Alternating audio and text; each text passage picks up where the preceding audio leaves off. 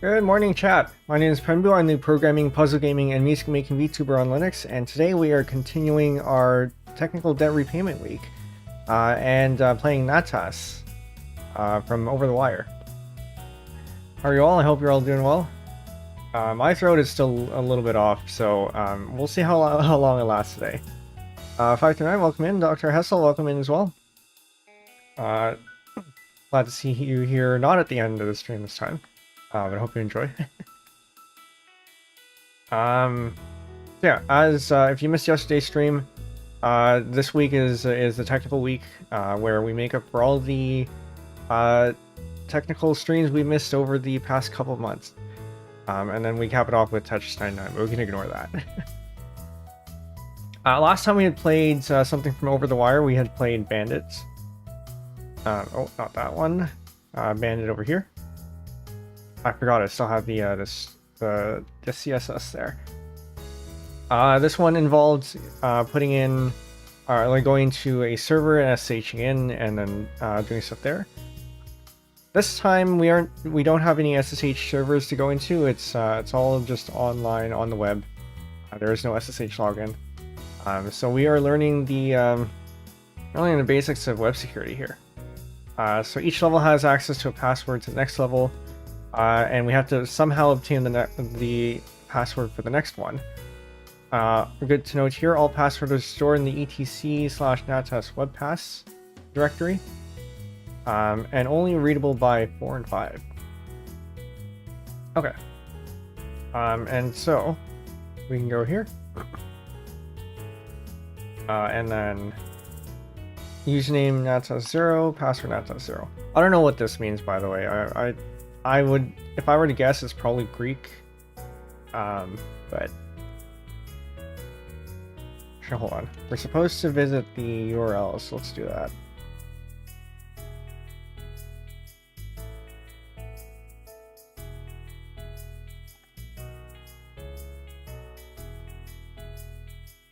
Okay.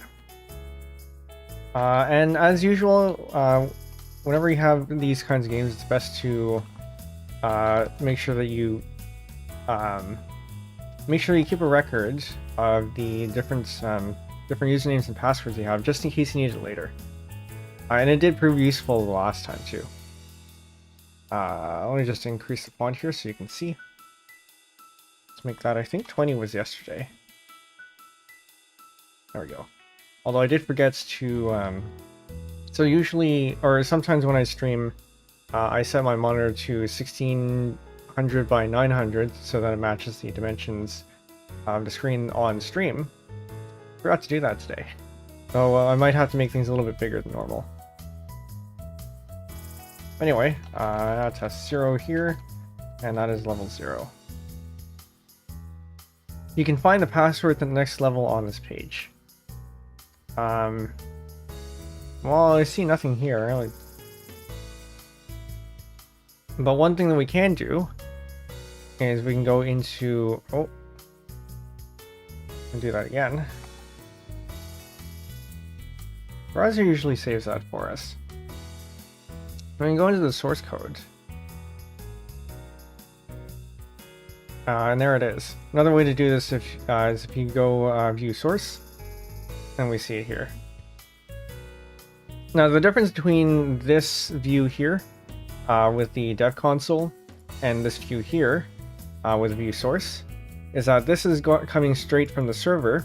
So this is what the server sends to the browser, and then this is a live view of all the elements that are on the page. So this can change significantly and differ significantly compared to what we have in here, especially if there's a lot of JavaScript that's changing things. So if you have things like React that's building a bunch of components for you, the thing that the server sends is often very minimal, and then JavaScript ends up filling out all of this stuff. But okay, so we have password for Natas 1. I'm gonna make that 0. And then our password is this thing.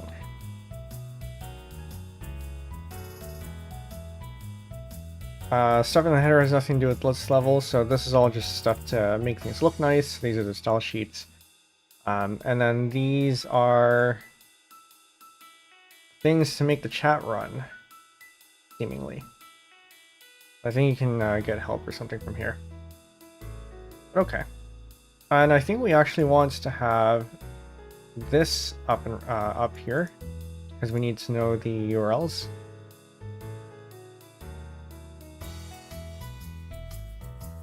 Alright, so we got Natas 1. And then this thing here. If you're wondering, this is basic HTTP authentication. You actually can put that in the URL, technically. A lot of sites don't do this because it's a lot less secure than other methods. Okay, you can find the password for the next level on this page, but right-clicking has been blocked. Right-clicking has been blocked. Well, maybe it doesn't work. Maybe they haven't quite tested everything yet. But okay, assume that we can't use right-click. That's fine. F12 is the shortcut to get the dev console. But also similarly, Control U is also the another way to get to the view source page. I assume not everything is going to be this easy. Natas 2. And how do you... that is very interesting. So the question here is, how do you block right-click? We have this little JavaScript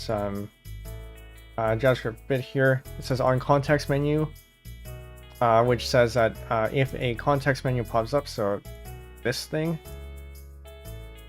send an alert, and then fail the previous or the default action. I don't think it works properly in this case, clearly, but okay. It never fully works despite Flickr's best efforts. Yeah, there are ways around it. I find that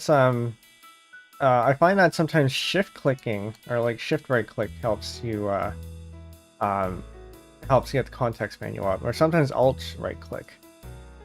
At least in Firefox. I don't know how it works in Chrome.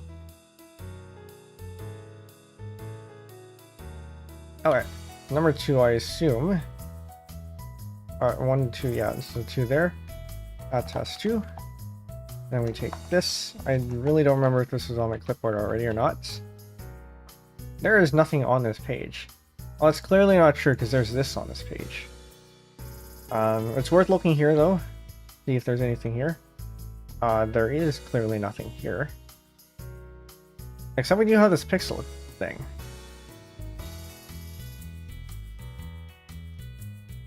Shift mouse 2 helps, but they often cover images in a handful of obstacle divs. So you need to find the image tag, its URL, and in DevTools, yeah. So this looks like an actual pixel. Yeah, it's really nice being a web dev because it means that you know how to get around certain blocks. Like, for example, there are sites that have articles, and they attempt to make you like pay for the rest of it. But the whole article is already there in the source. You just need to, unblock that.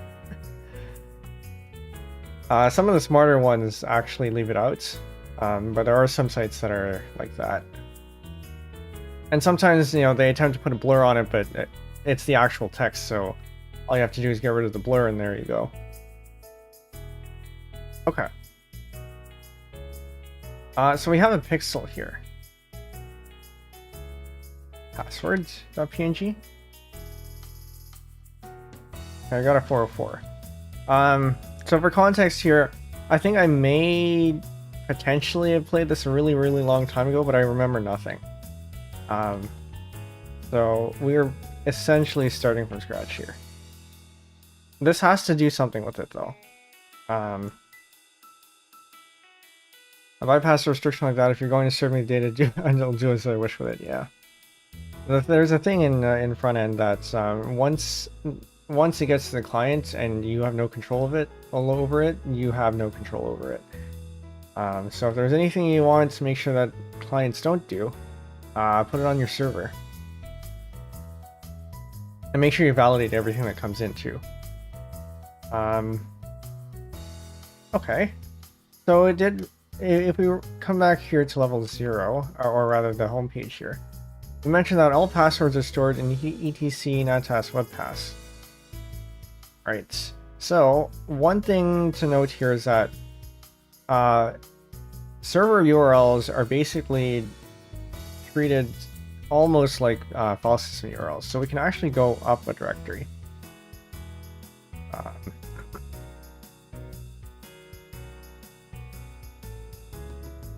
I mean, let's see where this takes us.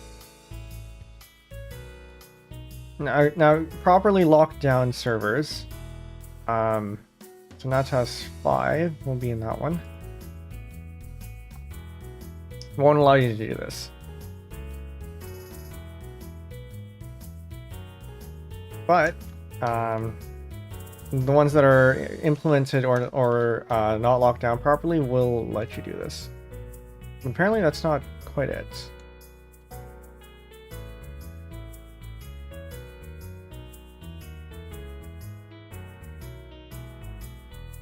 No, that's not happening either.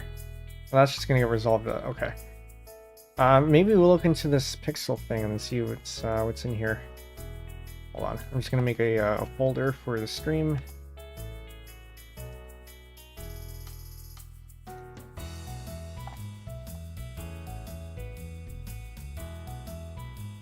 And then open up console. I don't expect anything to be here actually.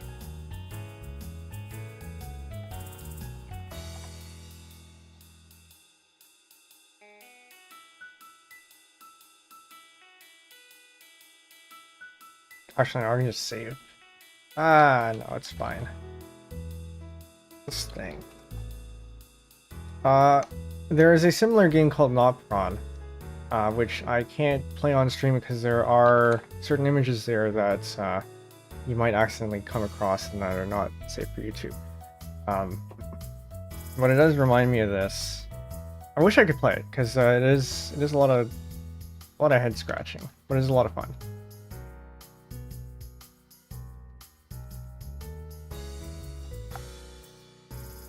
Strings pixel. Because surely it's not. Yeah, there's nothing there. Okay. But that can't be it. Oh wait, it's right here. Isn't this it? No. This is that one. I need one for 3. Hold up, we're looking for 3.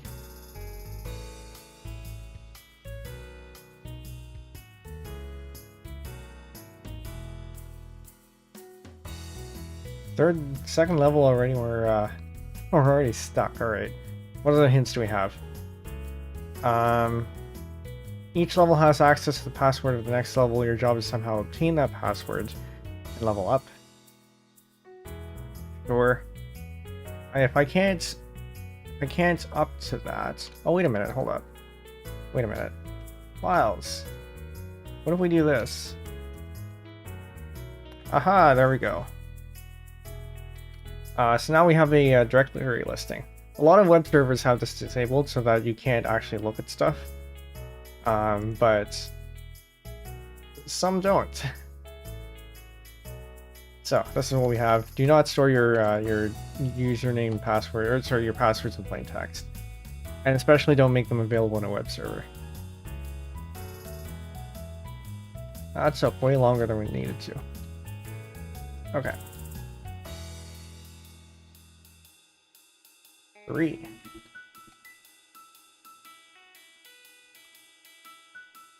Once again, there's nothing on this page. No more information links, not even Google will find it this time. I don't know how you'd find this if you didn't know certain things. So there's this file called robots.txt. And this tells you, this tells web crawlers and other like automated user agents what files it can and can't visit. And well-behaved crawlers will adhere to that. Obviously, you know, you can do anything, but you're supposed to adhere to this. So we have user agent anything disallow secrets. We can go into the secret directory here. And then now we have this, and we have a users directory, and then we have this. Okay, perfect.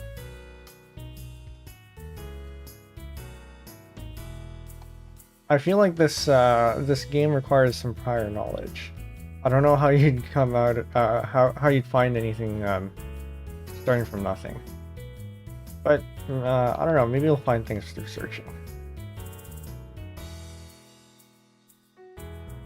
Okay, so we're at 4.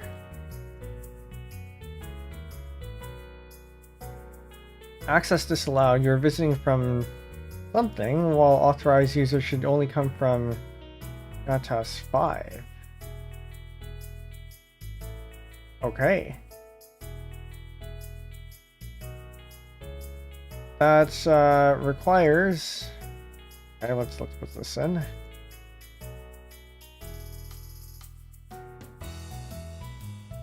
So the one easy way to do this is this is referring to refers. And actually I gotta make sure that refers are not spoofed here. Actually, I should probably just disable it for this this domain, because I won't be needing that. Probably gonna mess with things. So when you visit a site and you click on a link, your browser by default will send the page that you came from in the header of the request, and so that's what's called a refer. Well, we can go here, we can go to 5. It doesn't matter that we don't have access. That's fine. I'm gonna hope we can do that again.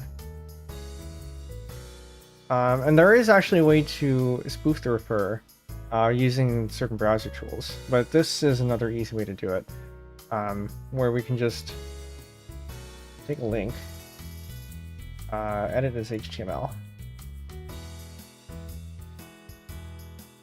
add in our own thing to Natas 4,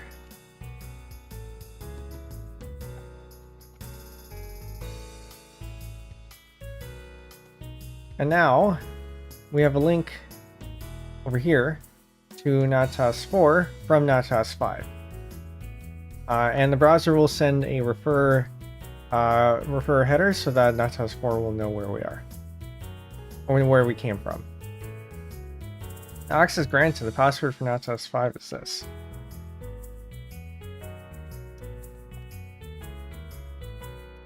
Now I'm hoping we can actually get back to this, because I think the browser recognizes when you have gone through when you have attempted a password, and it caches that. So I'm just gonna hope that we can get back to that. Okay, there we go. Natas 5, this one. Hello?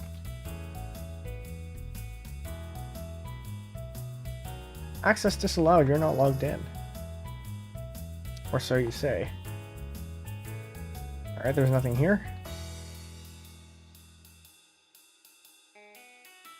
But there were two things earlier.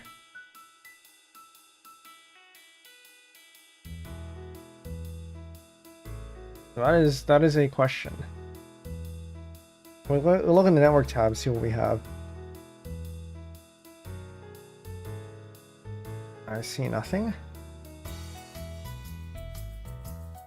I'll try again. Access disallowed, you're not logged in. Logged into what though?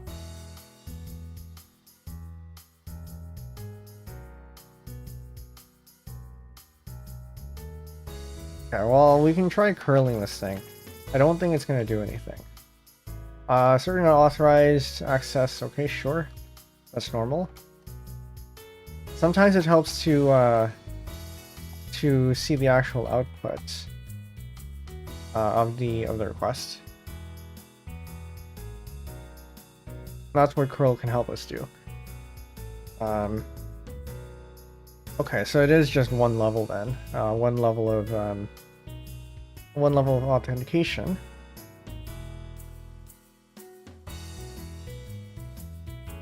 Logged into what though?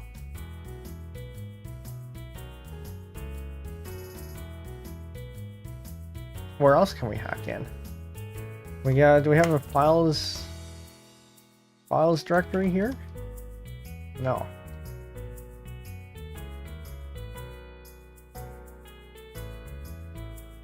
I am tempted to look at this. I don't think we need to though. I don't know what that does. Oh, I see. Okay. So that is not relevant.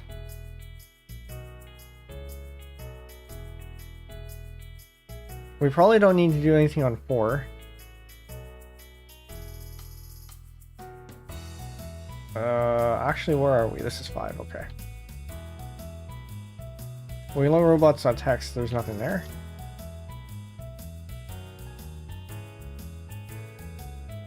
/login.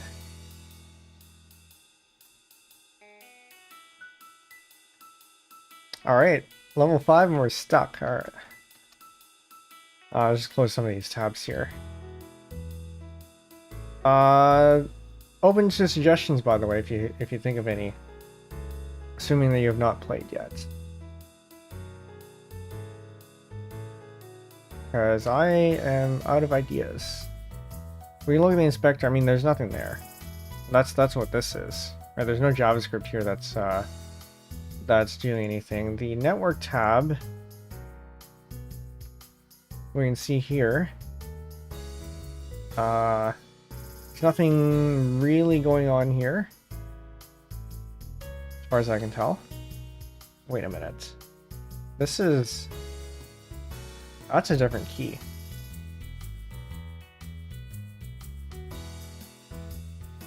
Let's base64 decode that. Actually, you know, I think for basic authentication, it actually is this thing, but base64 encoded. So we should see the same thing. Okay, that's correct then. If you see here down here, we do see the same thing. Cookie! Ah, here we go. There's a cookie. We're gonna change this cookie to logged in equals 1. And one easy way to do that is through the DevTools cookies. And you should be able to change the values here. So we have 1.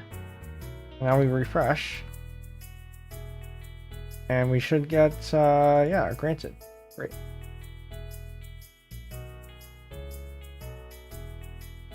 Cookies, for those of you who are unfamiliar, are they're essentially text files, like key value pairs, that the server can set on your browser to store certain information.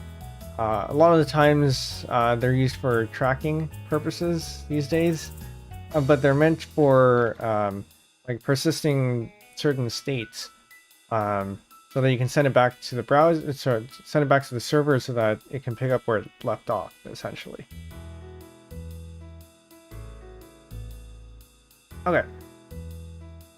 And the reason why you see a lot of these cookie pop-ups on various sites is because the European GDPR law says that you have to get consent from the user to place certain cookies for tracking purposes and whatever. And so that pop-up is there to get your consent. I don't know if it's effective or anything, but I guess it does satisfy the law.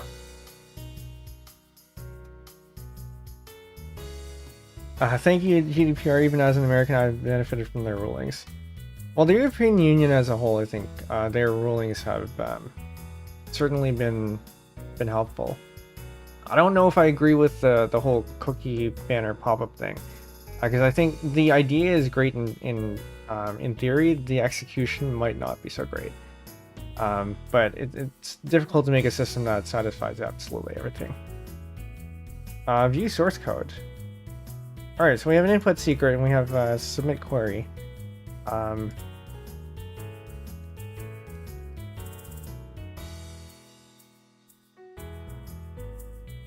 Before input secrets, there's nothing here. Aha!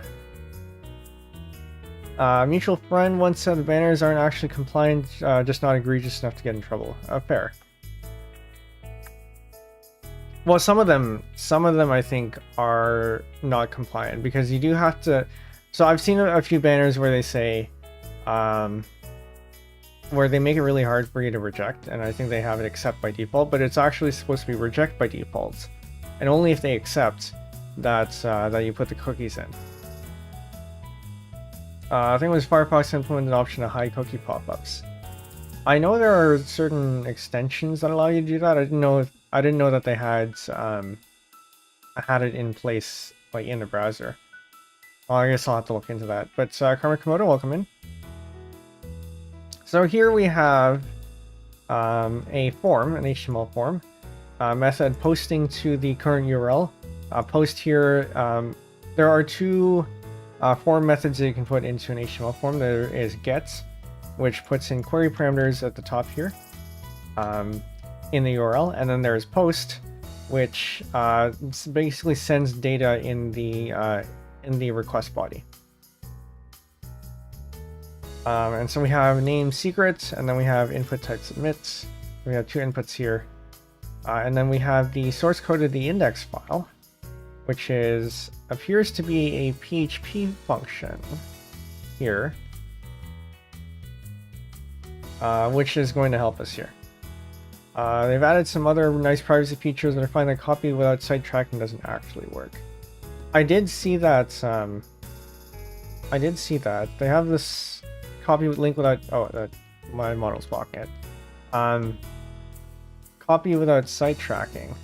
I've seen it. I haven't actually used it myself. I usually just strip out the tracking portions.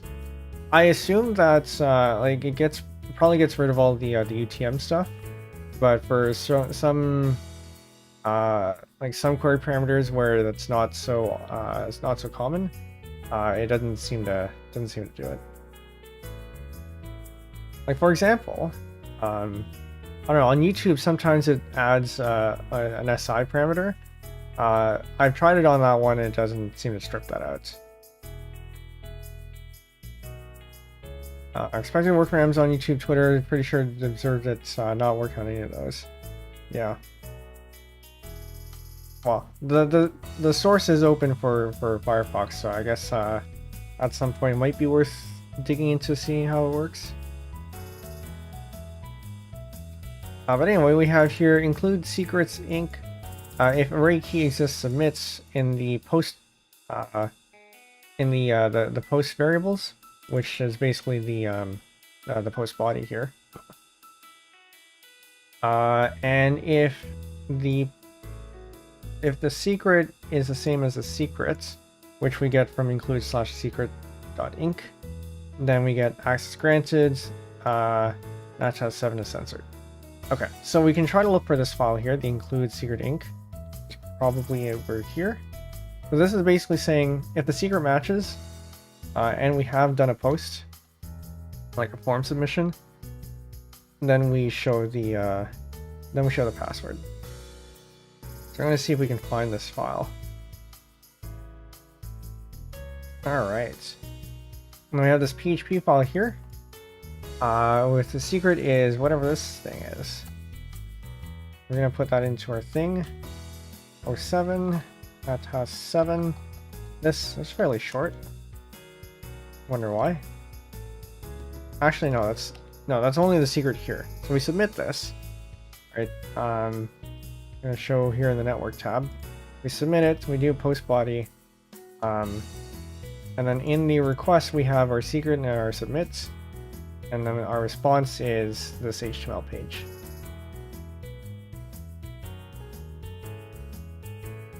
Alright, so this is the actual password. Can't believe you actually typed that out. Nice one. Alright.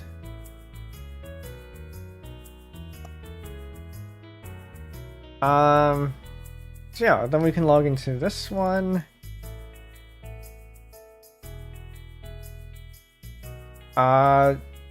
So at least they asked now, the banners are really annoying, but I'd rather not have to constantly clear my cookies to get rid of any unwanted passengers. Also fair. Not sure that you can apply my user input now that I'm thinking about it. I mean, legally they have to. That doesn't mean they do.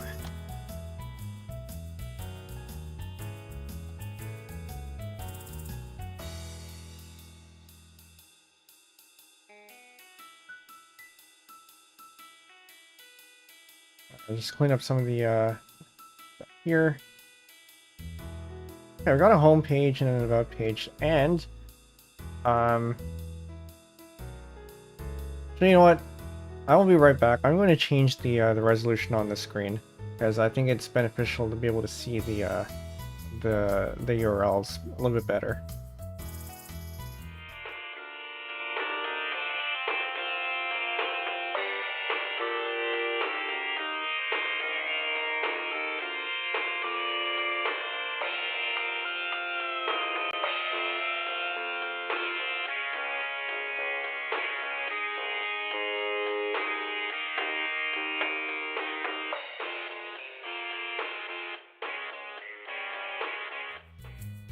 Alright, that should be a little bit bigger, I think. So what do we have here? Yeah, so we have an about page. If we go to here, and we have index PHP page home. And then we also have index PHP page about. This is the about page. Now, what does that mean? I suppose that means that this can be this, which is great.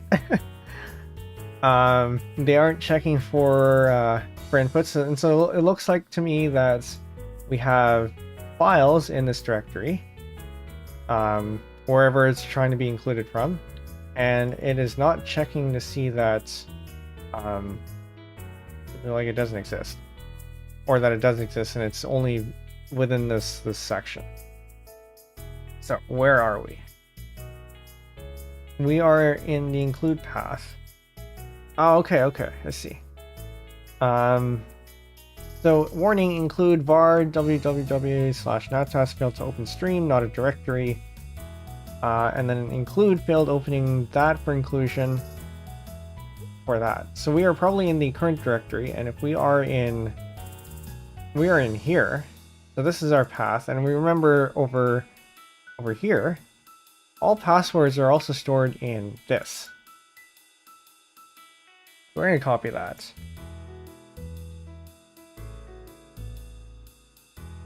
Which means to get there, we are here. So 1, 2, 3, 4. I don't know if this is actually going to do anything though, but it's worth trying. Natas 7, 8. No, we want 8. Ah, there it is. And so what do we do here? Basically, if we go back one, we are in this directory here, and we broke out of the effectively the jail. So this is, went up one parent directory, went up another parent directory, all the way up to the root directory here. And then we traveled back down into etc/natas webpass, and then got the password for that because the file was in there. What if we put it in Natas 9? Would it give us the password? We can certainly try. Permission denied, and that is because here the passwords Natas 5 is only readable by 4 and 5. So only 7 and 8 have access to this password. Alright, so we'll take this. 8, Natas 8.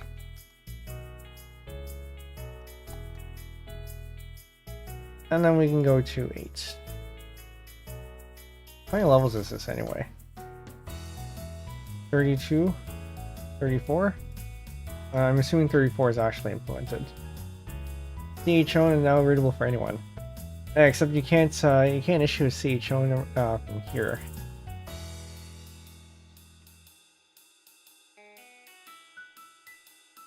Alright, so we have an input secret again. We're going to view the source code. We have an encoded secret. We have encoded secrets, bin to hex, stir, reverse, base 64 encode, and the secrets. And so this is the result of this already. Encoding, by the way, is not encryption. Do not do this. Because encoding can be reversed. Encryption cannot. Unless you have the key. So what we can do here, we can either try to figure out how to do this ourselves, or a little bit easier, we can pull up a PHP interpreter.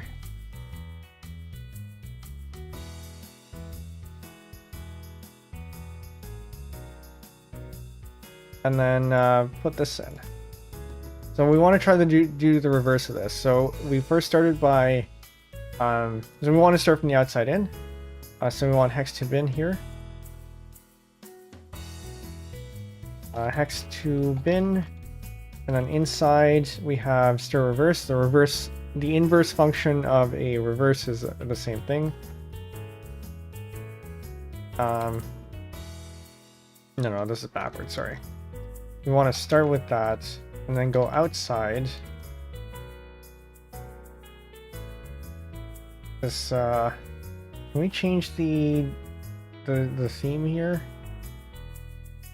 Red on gray is red on dark gray is pretty hard to read. And then we want to do a base 64 decode because we had encoded here. Decode. And then we can put the string that we had inside here.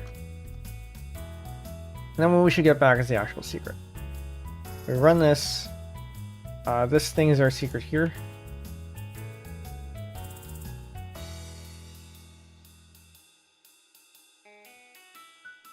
Can you not? Whatever. That's fine. And then we can input this into here. That is not correct. That is not correct. Please let me copy this. Copy this to clipboard. Okay. Then we're going to process that, because I think copied over a bunch more stuff that we don't need. We only want this bit here. We put that in there as a secret. We submit it, X granted. So same thing as before. If the secret, is the same, then we get a password. So this will be the one for 9.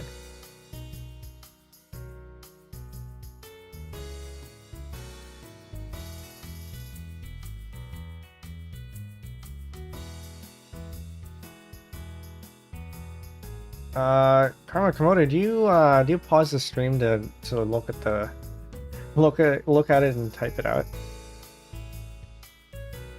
Or do you just know it and remember it? Okay, so we go to 9. No pausing. Well, that's very impressive then.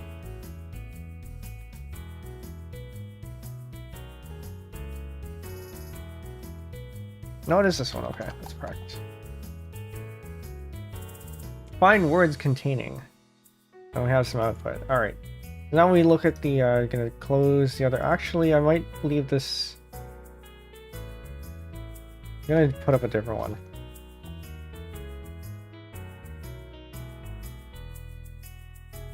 This one is a little bit nicer to work in, I think. PHP.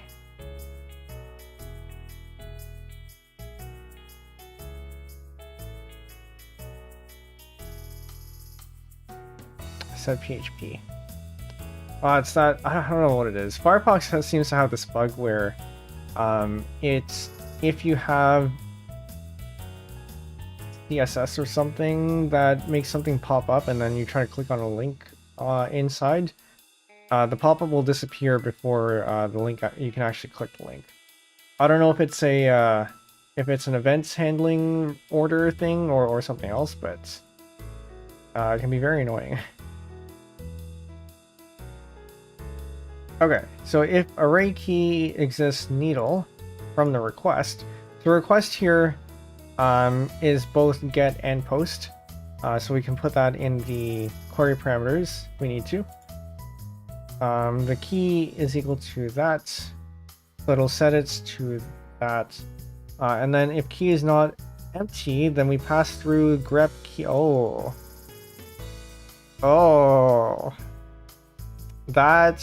don't do this. This is a point for injection.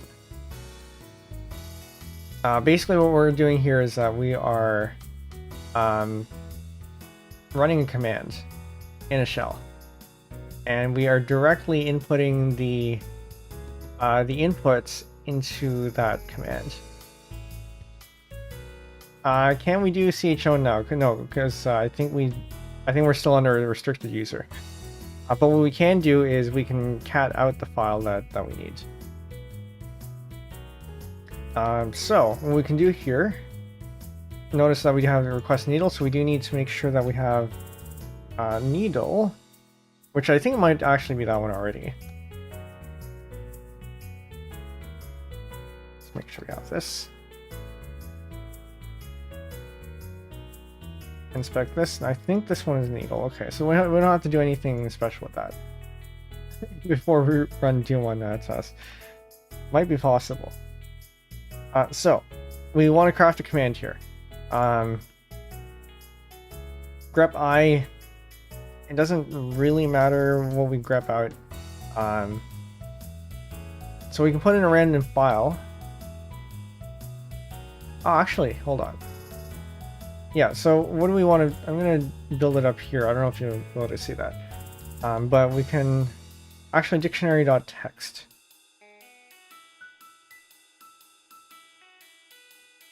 I'm going to see what's inside dictionary.text first. So let's have a look at that. Yeah, okay, so that's just the output of a user shared dict.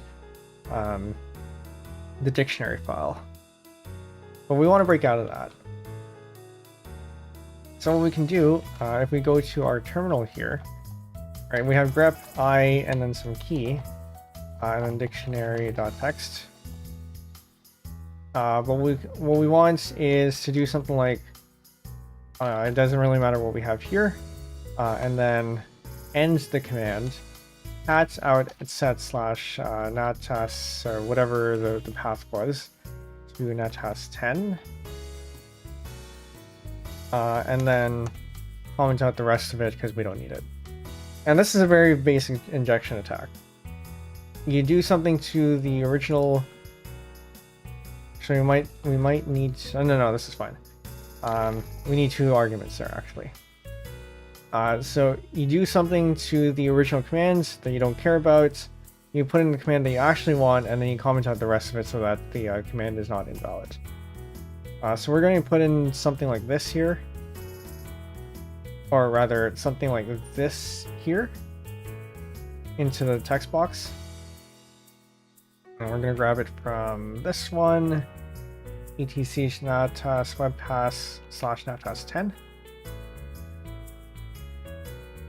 and then some invalid thing we don't care about, and then our semicolon, and then our comment marker.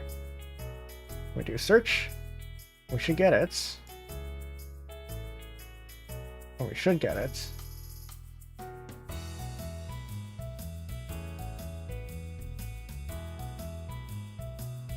Network.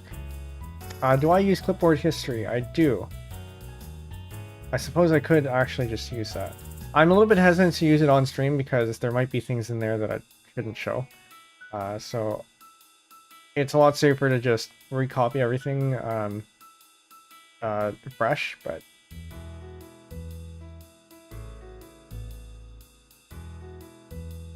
oh, surely that's okay.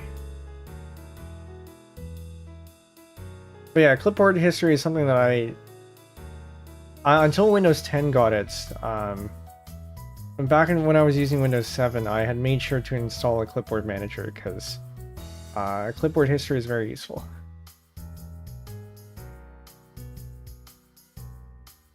Am I missing something? Is this? Yeah, no, that okay. Yeah, that is a hash sign. We're missing something. All right, so let's have a look at what the PHP pass-through function does. Pass-through function is similar to exec in that it executes commands. This function should be used in place of exec or system when the output of the Unix command is binary data which needs to be passed directly back to the browser. Common use for this is to execute something like the PBM Plus utilities that can output an image theme directly by setting the content type to image/GIF, and then calls a PBM Plus program to output it. Okay, that's fine. So maybe instead what we want to do, we're going to need to craft something else.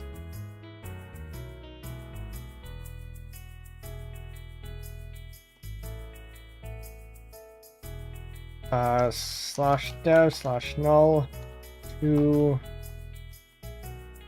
So we want to redirect all the outputs from the grep command because we don't actually care.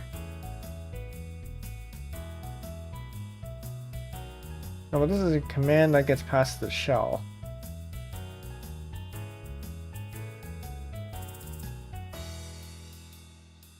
It doesn't say what, but usually these things are usually go to the default shell.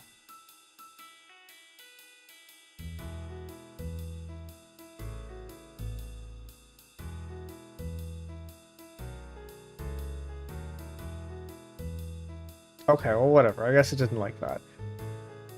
But this is our thing, so that is good. 10.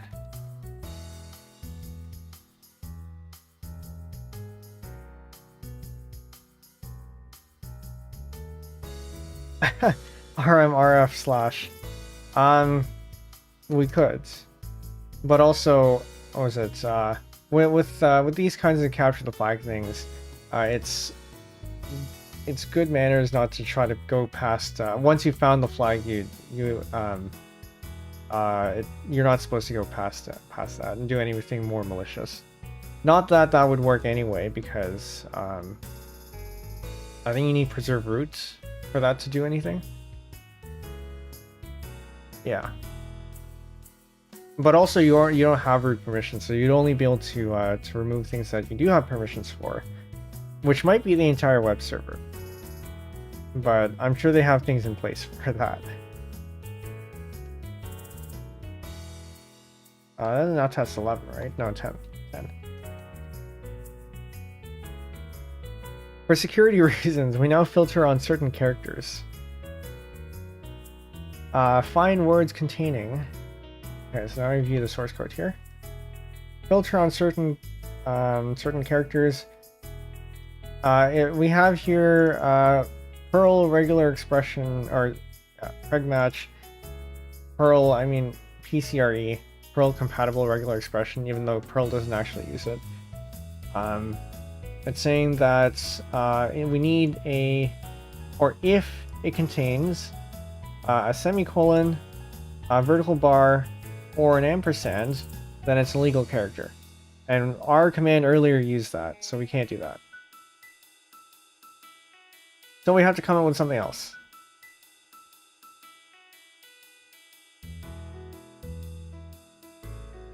And that's fine, because grep actually ignores all the other characters. So we can just have grep do everything. Or rather, all the rest of the arguments that it gets. So, for example, we have this thing here, cat user, or we're going to copy over the user shared word.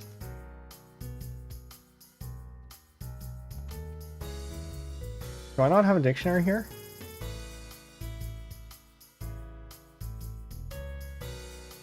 No, where is the dictionary? Linux dictionary. I know there is one.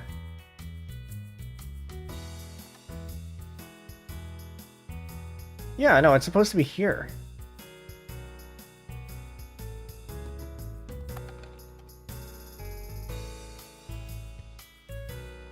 Do I not have this thing installed? Okay, hold on. I thought this came with a system. Yeah, whatever. I guess it doesn't really matter. What's a dictionary? It's basically the this file here just contains all the words. It's basically a file that contains a bunch of valid words for your spell checker to check against.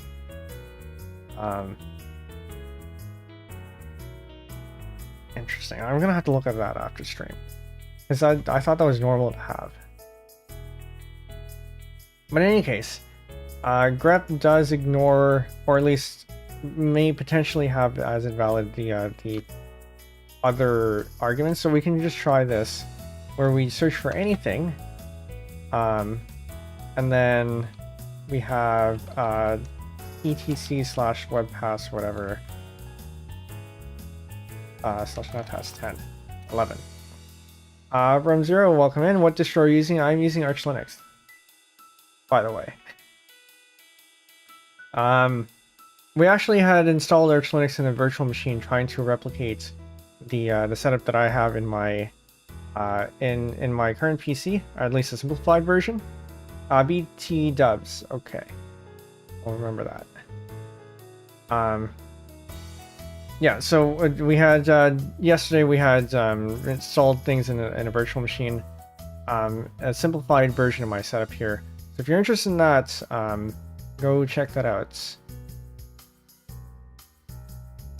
Although we didn't get through as much as I wanted to, because my throat started hurting. So we will have part 2 for that. Okay, there we go. Just being silly as a fellow Arch enjoyer. Alright, well then welcome in. 539, should go? Alright, well hope you enjoyed, and good night.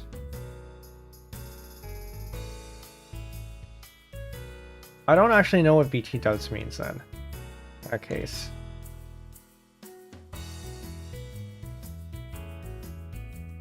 Oh, by the way, I see, yes. Of course, of course.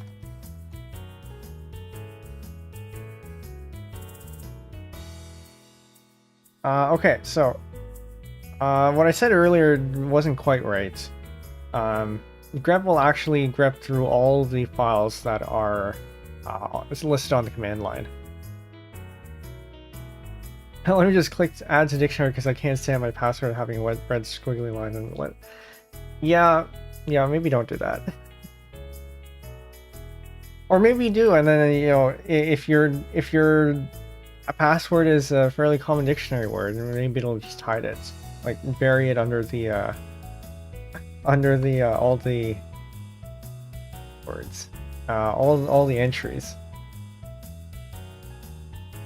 Okay, so Natas 11.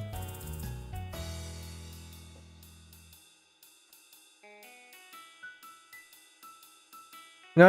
Okay, I thought it was on the dictionary. No. So what we did here, was we had specified multiple files for grep to search over. So originally, okay, if we go back here, right? So our command here is grep I key dictionary.txt. Normally, you're supposed to specify just one thing here, and the first argument to grep is the pattern to search for. So in this case, we search for dot, meaning as long as it has one character, we show the line. And grep, by the way, for those of you who don't know, is a utility that filters out the lines of a file and only shows the ones that match a pattern, match regular expression. Global regular expression print is what that stands for. And so the regular expression we use here is a dot, meaning match any character. And then after that is all the files you want to search over. So in this case, we had searched over the password file, and then dictionary.txt is what got supplied by default. Okay, so 11. We get that. That should still be my clipboard. Cookies are protected with XOR encryption. XOR is not encryption. I mean, it kind of is, but it's very, very, very weak. Background color, this, are completely white. Use source code. XOR encrypts in default data is an array, show password, no BG color, FFFFFF. Iterates through each character. Why? Oh, right, because XOR. Load data, global cookie. My data is the thing that we pass in. If array key exists data in our cookies, JSON decode, XOR encrypt, base64 decode. So this is base64 encoded, XORed, and then we expect to see the output as JSON. If is array temp data, so we expect this to be an array, and array key exists, show password. Array key exists. Objects? Yeah, okay, I guess. Yeah. Okay, so PHP arrays and JavaScript objects. PHP arrays can have two forms. One is a regular array that you would think of it as, with numeric keys. But PHP also has this associative array, where you have arbitrary string keys as keys. In JavaScript, they're equivalent to objects, basically. So if the object has show password in it, and it has BG color in it, which is basically what we have here, then if the BG color matches the regular expression this, then my data show password equals to show password to that, and then BG color is that. In this case, because we have no here, I assume that we need yes. So in the cookie, we have to do these steps in reverse to encode it properly. So save data here, load data. If array key exists, BG color, then that, and then we save data. Okay, so what does this mean? It means that we need to set a cookie. We need to set a cookie with this data in it. Can we see the cookie?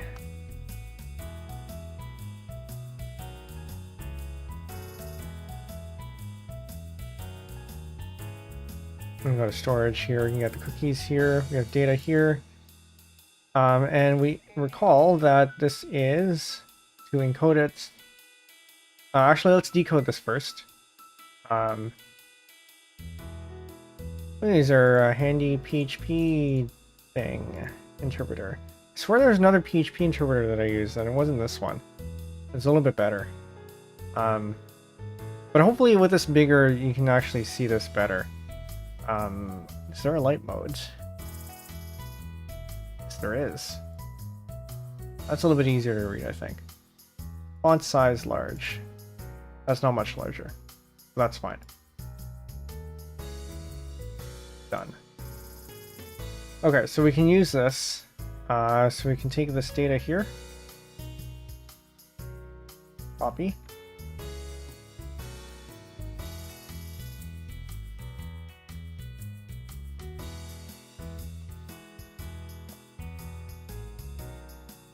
What did I do? Okay. And then we can do this stuff in reverse. So we want to do this.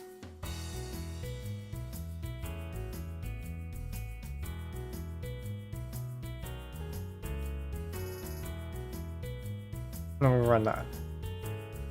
PHP parse error, syntax error, unexpected end file. I'm missing parenthesis. Semicolon.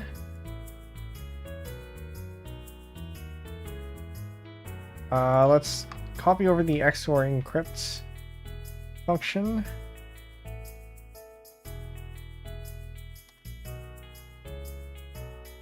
Run that.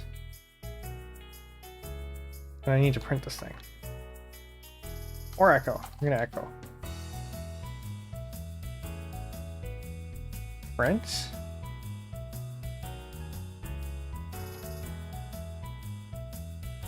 Is PHP compiled? No, it is interpreted. But it does do a single...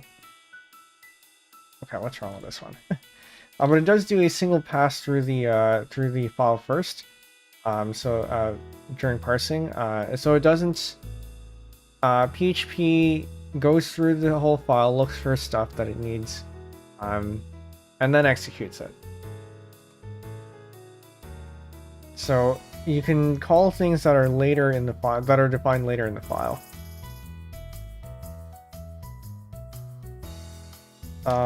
Data equals this.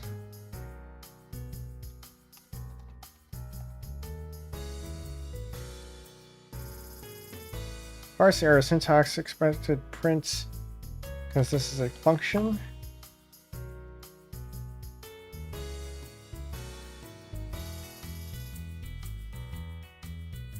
Because I forgot the semicolon. Okay, hold on. What's the PHP print object? Print R? I don't know, it was print R. I used to write PHP professionally, but this was back in 2015, I think it was. I've forgotten a lot of this stuff.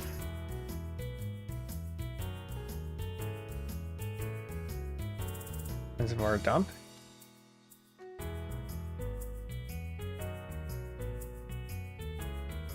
Null. Why is it null? Well, I guess that makes sense. Alright. So we can do the opposite then. Where we can just actually, yeah, I don't know why I'm trying so hard. Because we can just do this. We save data, we do the reverse of that. We're gonna take this and then just put in what we want.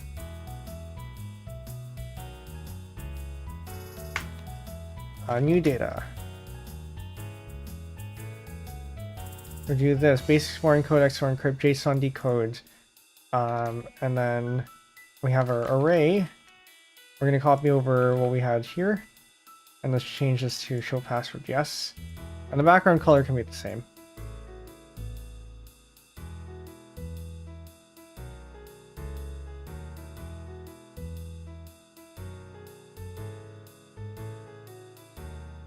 I get new data. Syntax error, unexpected var dump, because I forgot the semicolon. Unlike JavaScript, PHP does not have automatic semicolon insertion, I think. So you actually do have to remember to use your semicolons.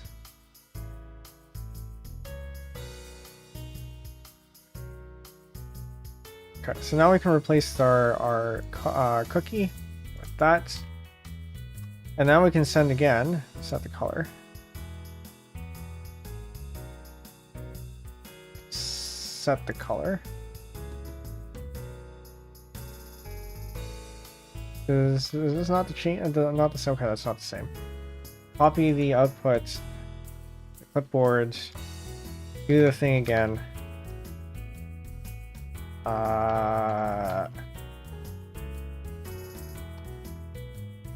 Do this. Oh no, it is. It is that. Alright, are we missing something?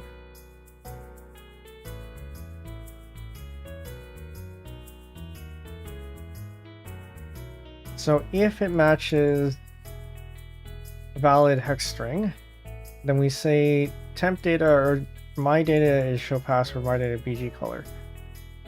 Where do we use show password?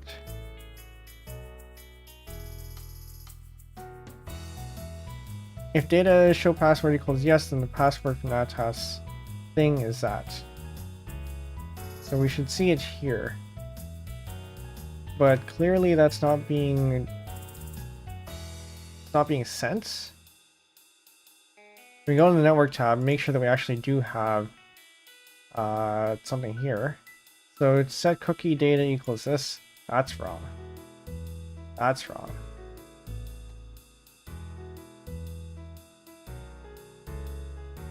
Well, that explains why we're not seeing it. It's because our cookie isn't being sent properly.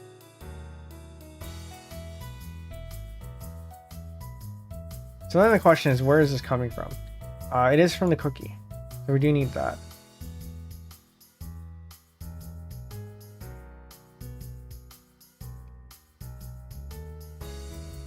But this says that, so when we run this, we have the default data. It defines all these functions, and then it sets the data, load data, here.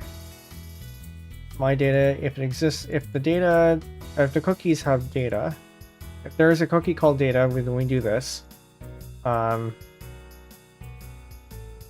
then we decode the data. No, this is correct. Yes, we decode the data. We set the current data to the cookie data. Then we return that. That's loaded. And then data there. If array key exists, the BG color, we set that, sure. Which we don't actually care about. Now this is the important part. Right here. So it should be fine that we set the we set this here. That should be correct. And then we can set the color here, and we should be passing in. We should be sending that cookie over the network. Oh no, that's a response cookie. The request cookie has this. So are you telling me that we aren't setting this properly? Here. And if so, why not?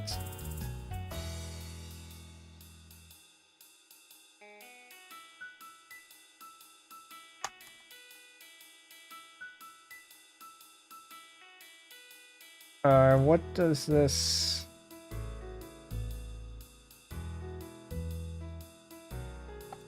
What does this contain? Because we are running the exact same encoding function that the other one's using.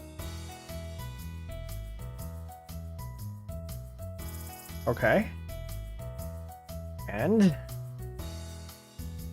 we have show pass. So this is an associative array with show password and BG color, which is correct for what we want.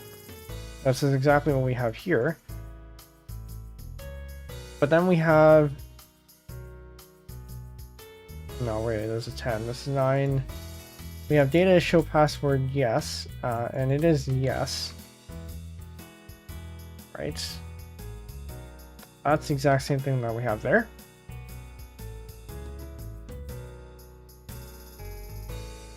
So why are you not showing anything? The cookie that we send, and just making sure that, yeah, so this is off.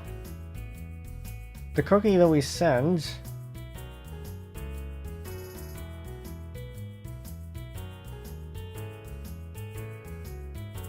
yeah, the cookie that we send here, data, yeah, that's the wrong cookie. We can set the cookie again, just so we have the right one. I don't want yes. I'm looking for this.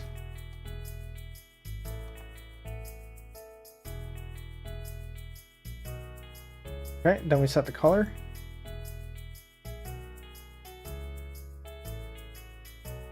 Is it actually in here? No. Am I missing something? Okay, so in the network tab, we have here our get request. In the request headers, we have a cookie that uses the correct cookie we have here. Can you show the XOR function again? So this is the XOR function here. We have in key is equal to O. Aha! That's it. We don't actually know what the key is, do we?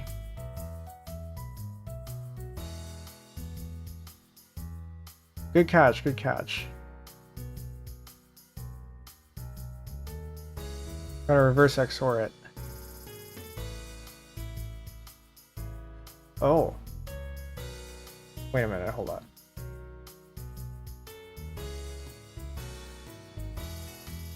So iterate through each character, we do that, so that's just a standard XOR. But we need to know what the key is.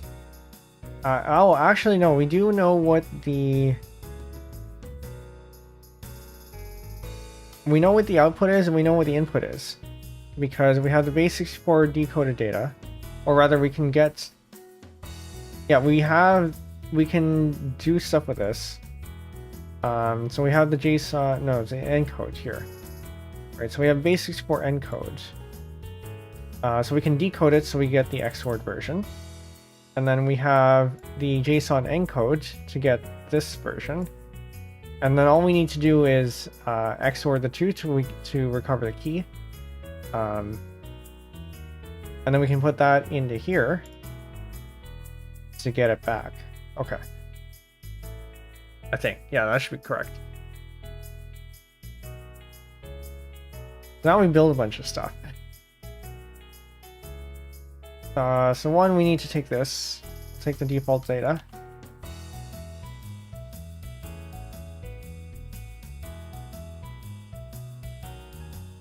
And then we have... Let's take that. We have the cookie. And then this is the outputs.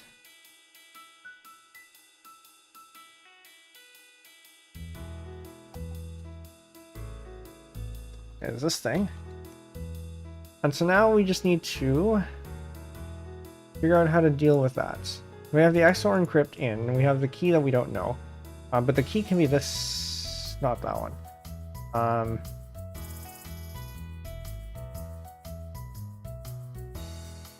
This isn't quite right. I think that's an equal sign.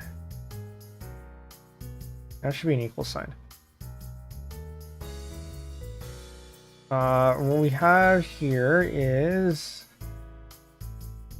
we need the JSON from the out cookie.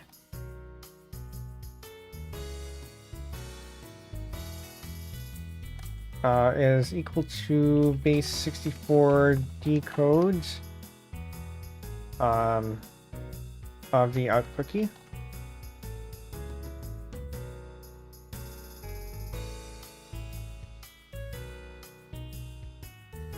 And then we can use this as the key to get the thing back. So we can get out cookie base64 decode as that. Text is in, so that we can XOR encrypt the default data, but default data as JSON encoded. We can echo JSON and no XOR encrypt JSON encode default data, and so we should be able to recover the key using this. Hopefully. Parse error, syntax error, unexpected end of file because I need a semicolon. Division by 0. That doesn't look good.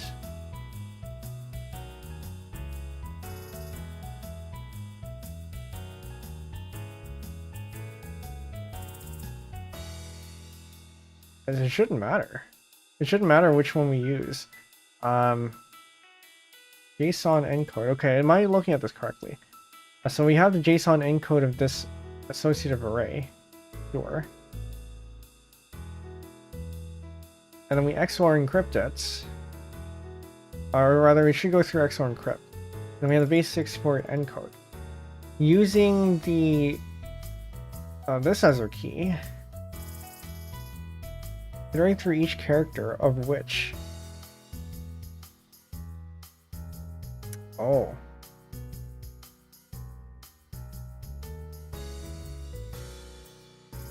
Is that correct? Can we not do that? So we iterate through the text of the in. We iterate through each character of the text, and then for the out text, we take the character that we're currently on in the text, XOR it with the character of the outputs. So basically, what this has is that, say your key is key. This repeats a number of times until you get the length of the the text.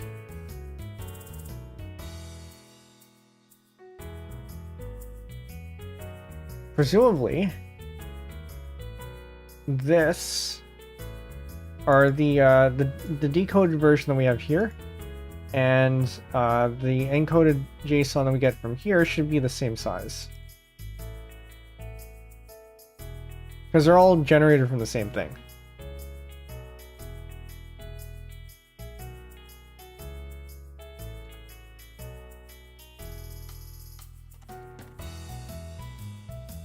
Alright, let's have a look to see what this is. Undefined variable out cookie JSON.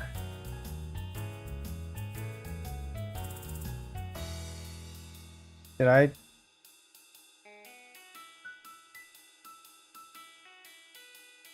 I accidentally put something else in? Line 14. Is that not the same? Do I have to put global in here?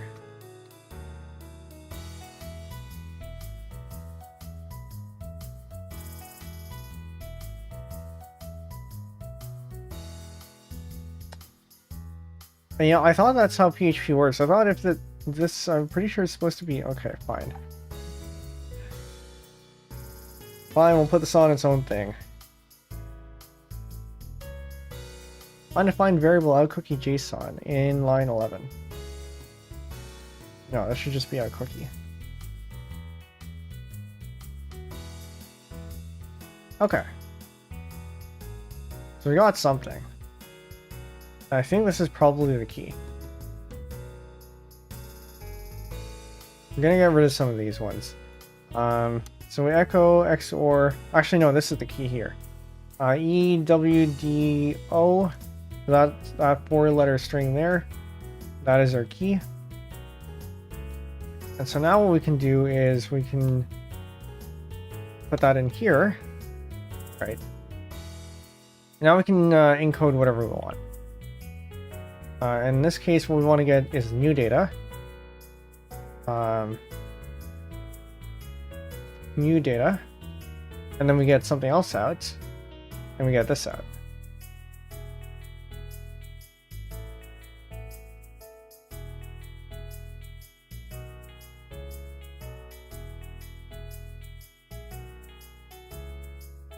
And that does look different from what we have here. So this should be correct. This should be correct. I think this makes sense because the original one starts with HMYK, which I assume is supposed to be like a pair of curly braces, or the opening brace. So this checks out. Alright, there we go. Thanks for the hint. Natas 12. That's... oh, that did. I want a real tab there. So to recap what we had here. The reason why we can do why we can recover the key with an XOR given the output and the input is because XOR is reversible. If you apply XOR to one thing, you can XOR it again using the same using the output and the key to get back the original. But the same thing applies where if you take the inputs and the outputs, you can XOR the two and get the key back. So that's why you shouldn't use this for encryption, because it's very insecure.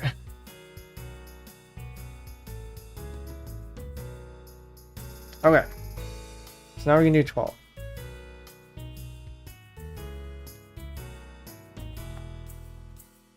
There are 30-something levels here. I don't know if we're gonna get through all of them. Use a JPEG to upload, max 1 kilobyte. That is very suspicious.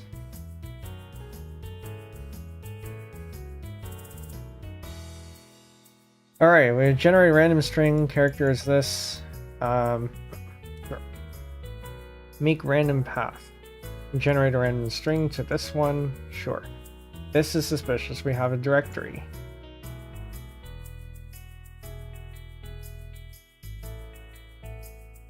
Make random path from file name. Path info extension, sure. From FN. File name. FN for file name, sure. So here's where the meat of it is. If array key exists, file name, from the post body, then we make a random path from the file name using the upload directory, or into the upload directory using this file name. We can set what the file name is.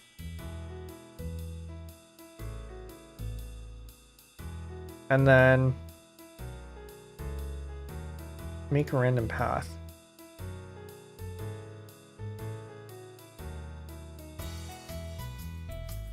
Right, so the file name in this case may or may not matter. But we do create a random path from in the directory for the upload, and then it gives us an extension. We do this path info extension. I think is a PHP feature. We can take a look at that, and then I think PHP has some special constants. If the file is more than 1 kilobyte, and we say the file is too large, else move uploaded file to the target path. That's suspicious.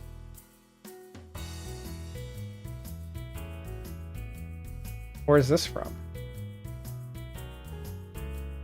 This, I don't think this is a PHP thing. Oh, it is. Why is this a thing? This function checks to ensure that the file is designated from is a valid upload file. Interesting.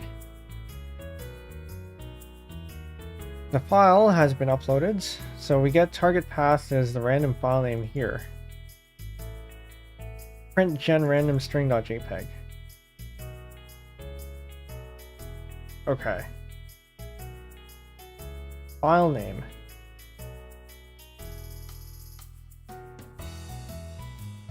So what do we have here? Max file size. Here we don't really need to deal with that, I think. This could be interesting. We might have to modify this because that's how we manipulate file name. And then, but what can we do with that? We need to know what path info extension does. Probably this.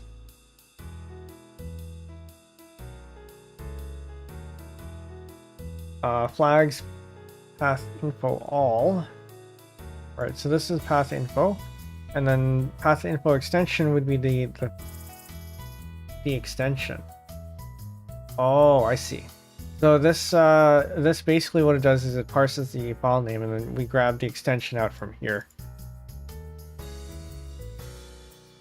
Path info operates natively on the input string and not aware of actual file system or path components such as ... Okay, so extension then gives us whatever that is. So we can probably fake some stuff here. So the JPEG here, we can turn that into something else. And we got to find a way to get it to generate target path.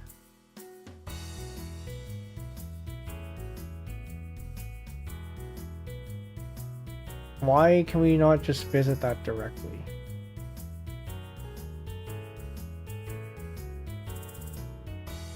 Well, one thing here is that it doesn't check for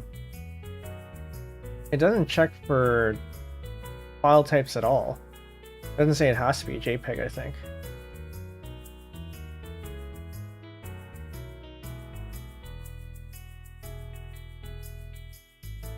Does that mean we can upload a script? Well, I suppose that means we can upload a script, but we can't run it. Although we can upload a PHP file. We can upload a PHP file that reads the thing that we're looking at.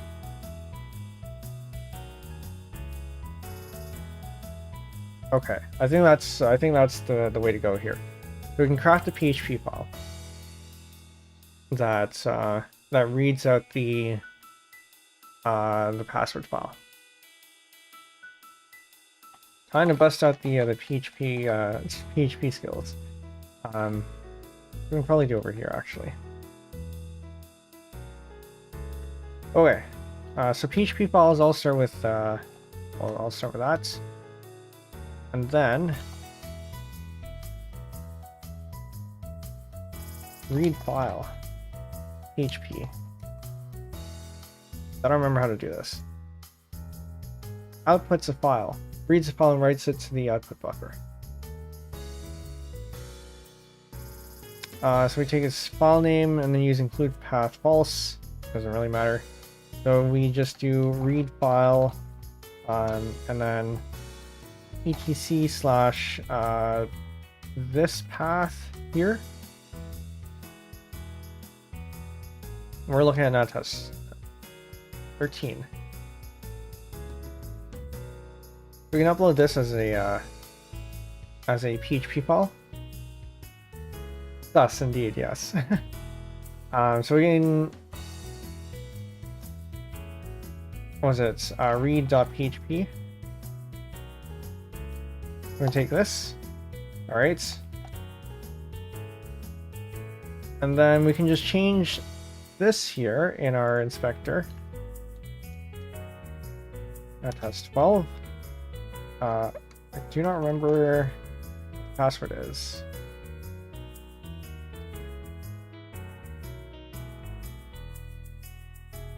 Go over to an inspector, find the file name.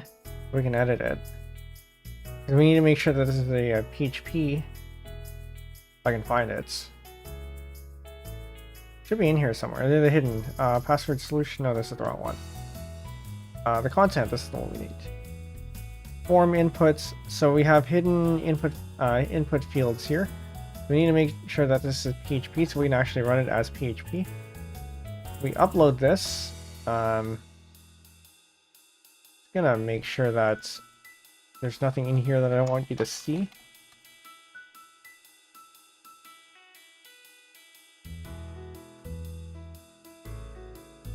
Oh, there's nothing in there anyway, so it's fine.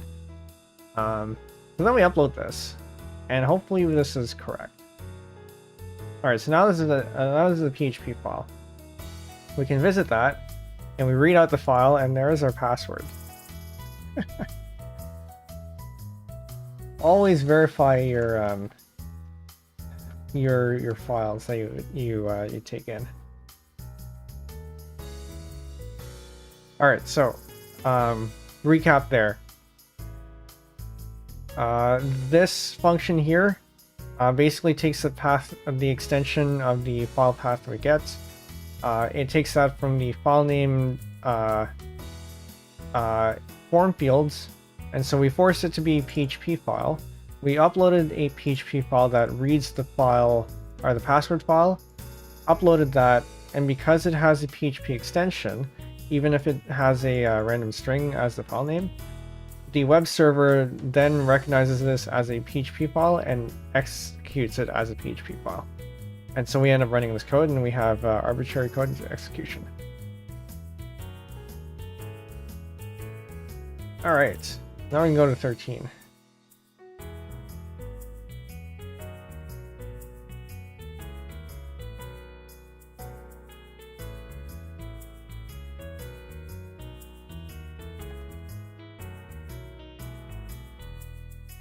For security reasons, we now only accept image files. Understandable.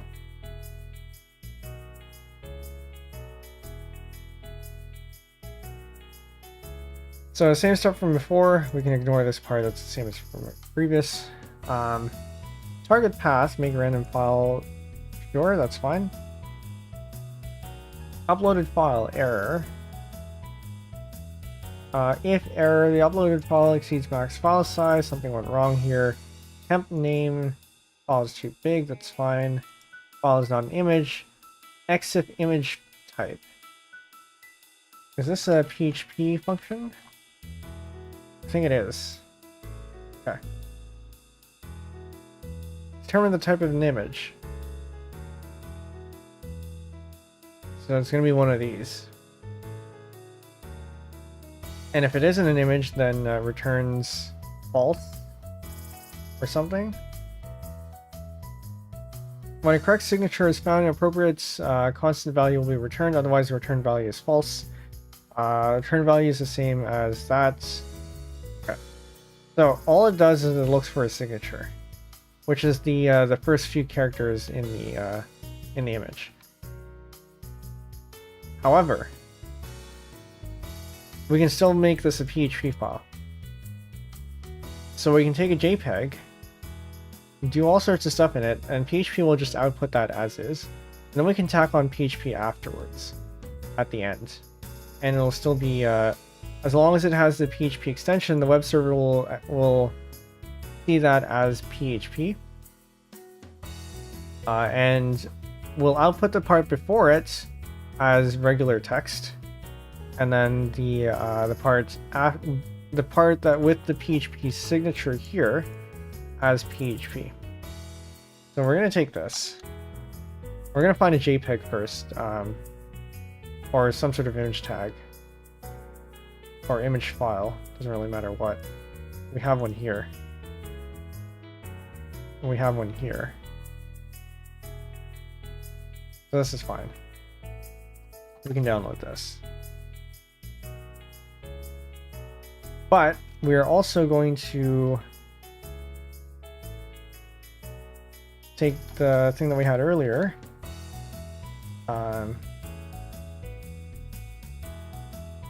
But instead of 13, we're going to make it 14. And then we are going to append that to FP to the image that we downloaded. And then this is going to be readImage.php.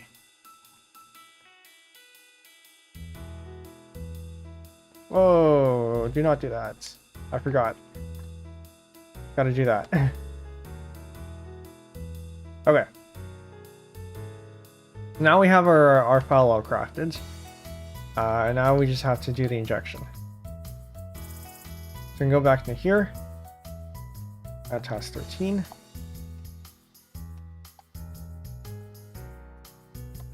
Keep hitting the wrong keys.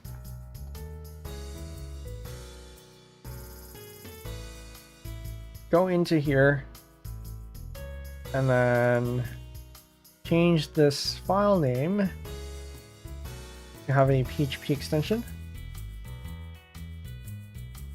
and then we can upload that file.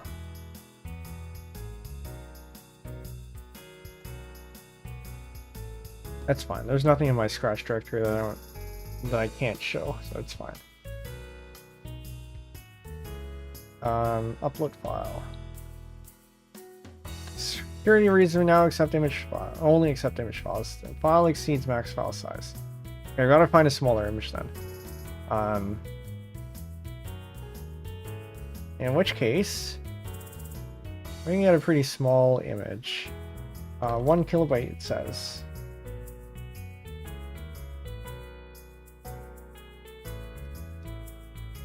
We can create an image. converts FP that scale to 1:1 and 1x1.jpg. Alright, so now we have a pixel by pixel JPEG file, and this should be pretty small. It's only 208 kilobyte, or 208 bytes, 287 bytes, and then we can do the whole cat thing again to concatenate these two. Then we can try again.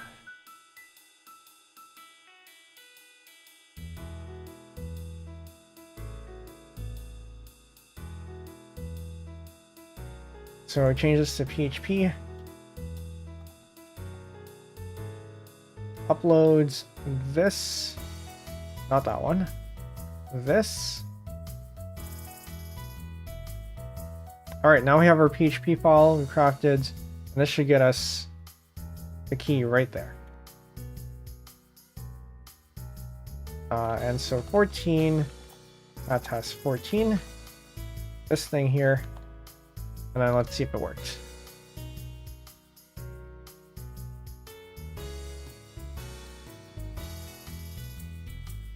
Task 14, we'll do this. Perfect. We are in. Got a username, password, then we got to view the source code here because we don't really have anything else to go on. MySQLi. We got database stuff now. And this is something you should never do. This is classic SQL query injection. So, SQL connects to the database on localhost. You got censored password here. MySQL select, sure, that's fine. We get the database there. Select star from users, so we take the users table. We select everything, but we restrict it to where username is the username and the password is the password. But in this case, we can use SQL injection to comment out the rest of this. So we don't need to, so we only need to make sure that we get the username right, and then we don't care about what the password is. And so, presumably, then what that means is that as long as this returns something, in this case, Natas 14 is what we can do. And if we need to debug, we can set the debug flag here. But I don't think we'll need to do that. But as long as the rows have anything in it, then we have the password there.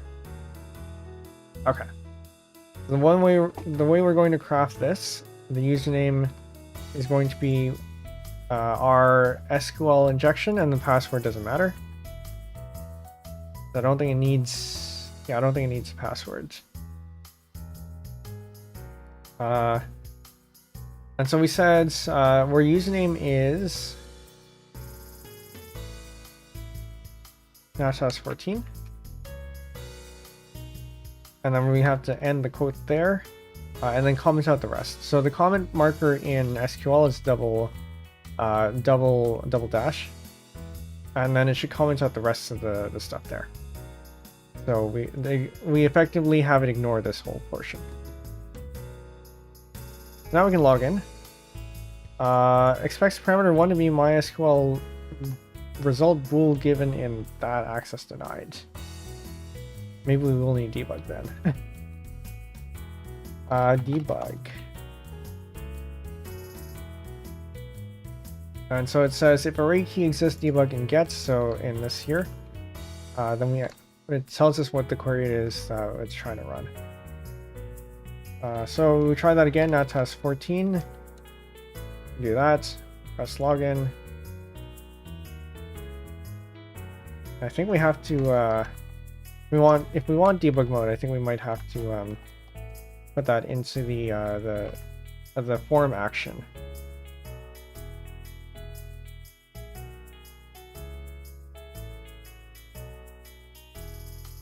Go back.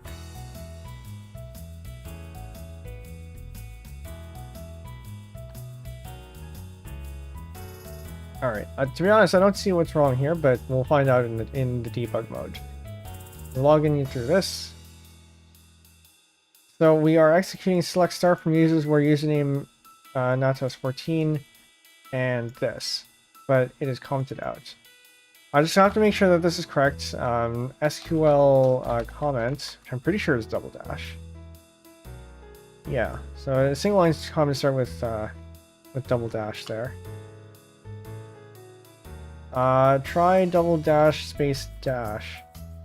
Oh, it could be the case that it needs a space there too. But yeah, I'll try that too.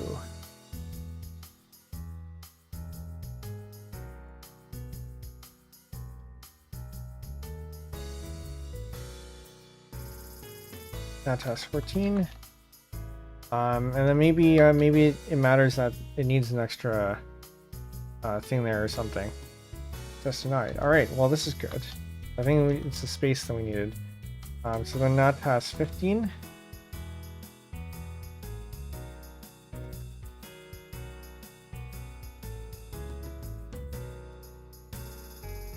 Does it actually need that?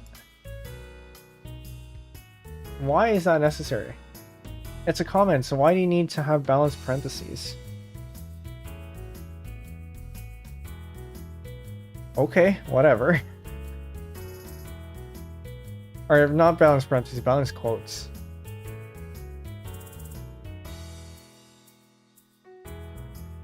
But 15. Natas 15. Sometimes comments don't get parsed right without the space in there, in my experience. Yeah, so that I can... Oh, wait. No, I forgot the space the last time. I think that's what it was. Yeah, that would make sense.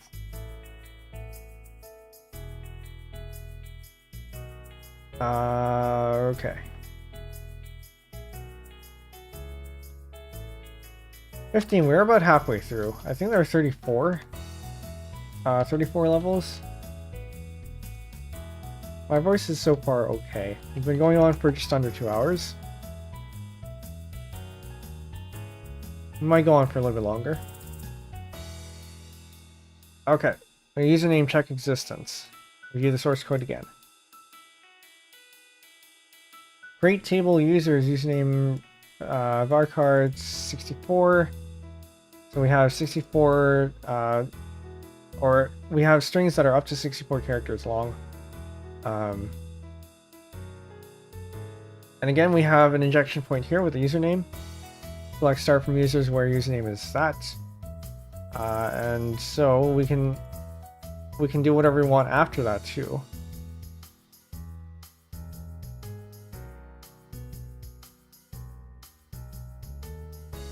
The idea here is that we have a password column, but I don't know what we can do with that.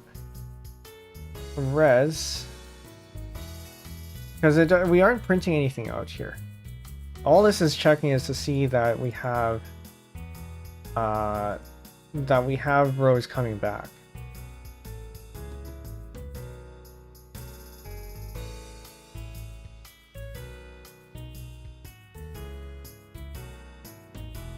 How does this help us get the password?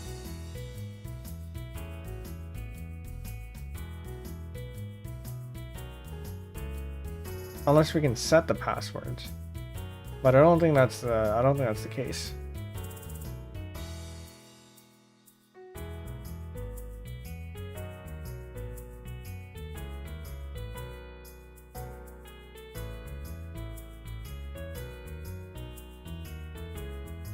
Okay, so our injection point here is the username, obviously, so we can put stuff in here. Query. We can debug using that, like last time. I shall query, so the link is this thing, that's fine, that connects to the database. And the query is this, we execute any arbitrary query that we need. But how do we echo that out?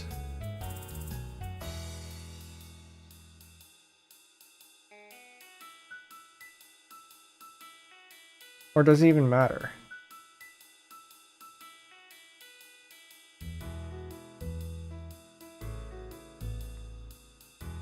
Well, let's try it first. Natas 15. The user doesn't exist. 16. The user does exist. Makes sense. So we have 16 there. But then what else can we do with it? Because we need this to output somehow. But we have no place to inject PHP into here. We can only inject SQL. We can delete stuff, sure, that doesn't really help.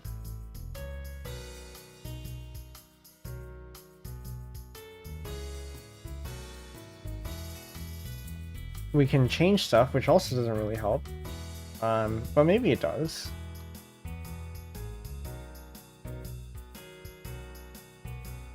We can do SQL modify column, or modify column value.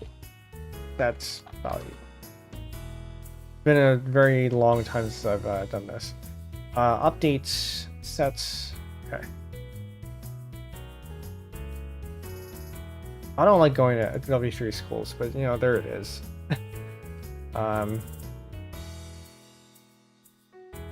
We can run.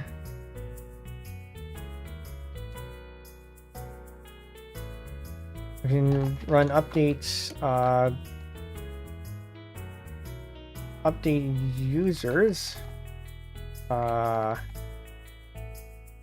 That's password equals A.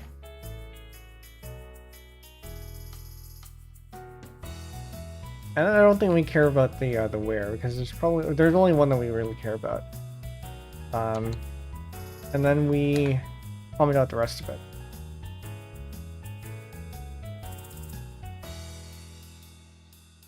Error in query. Is that because our query is bad? Or is that because we don't have permissions to update stuff?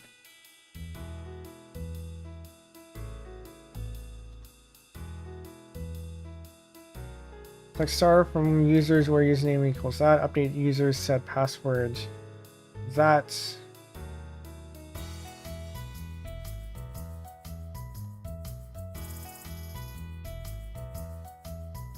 Do I need to add string or quotes or something around that? Can't remember. No, I shouldn't need that. Alright, so hold on, this is 14. Yeah, I shouldn't need that. I mean, you can. You can if you have... Oh.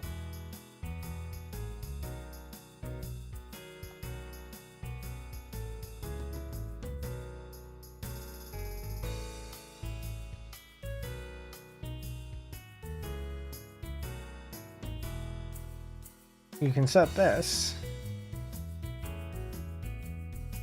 I don't think it's going to help anything though.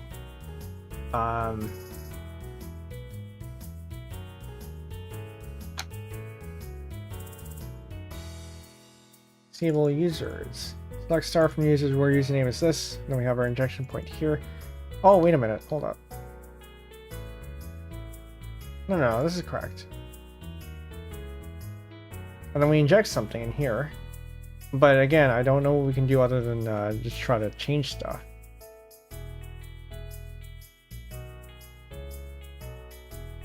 But maybe that is the trick here.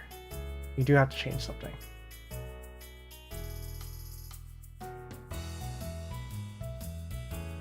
SQL updates. Let's see if we can find an actual example here. Sets that where do we actually need a where clause? Okay, so if we do a where clause, maybe we do need a where clause where 1 equals 1, because it doesn't actually matter.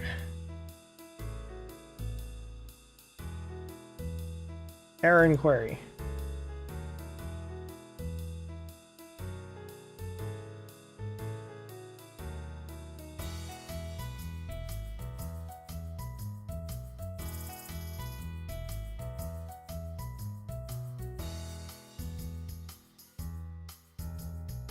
All right. Well, if anyone knows SQL better than me, is there anything wrong with this? Or is this just a permissions thing?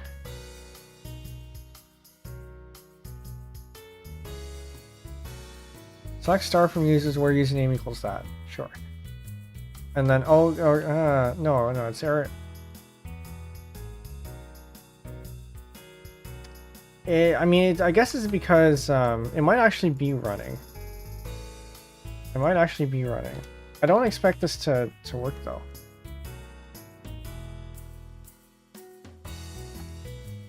Yeah, obviously not, because those are two separate systems.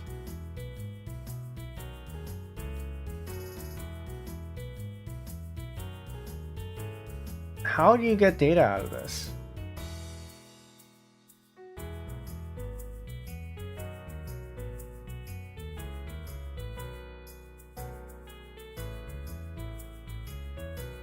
Well, I don't know, I'm a little bit stuck here. If any of you have any ideas, please feel free to shout them out in chat. Because I don't know, how do we get data out of this? We can inject whatever we want, but it's, all that does is run arbitrary codes. We don't have an output vector. No, we don't have one, because this is basically just a string here before it actually gets executed. Because this closes it. This just says if there is something returned, then great. We do this, and we echo known strings, static strings.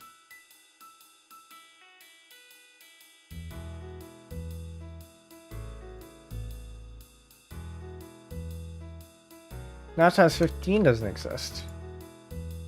But Natas 16 does. But it's not like we can connect to that anyway.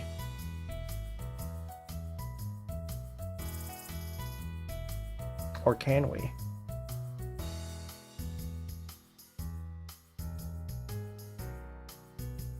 No, but SQL users are different from users in a database. So that doesn't actually help.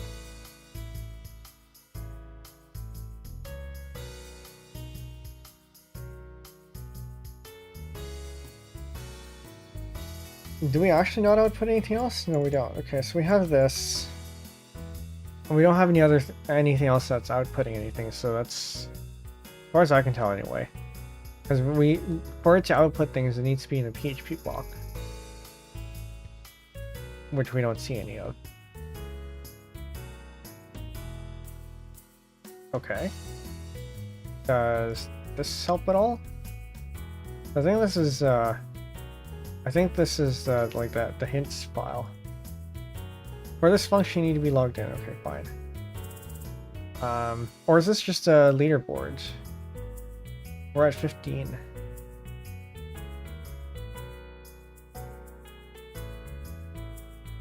Right. Is there anything in here? 15 to 16. Nothing.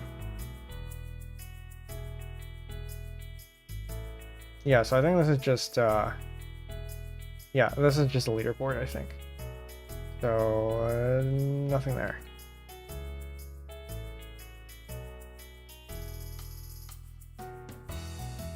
I'm looking at this, and all I see is an injection point, but I can't figure out where we can get data out.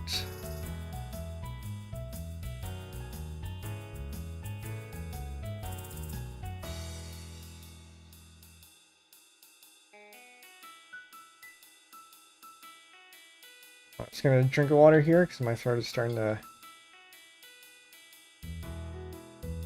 I wouldn't say it's hurting, but it wouldn't be good to continue without hydrating there.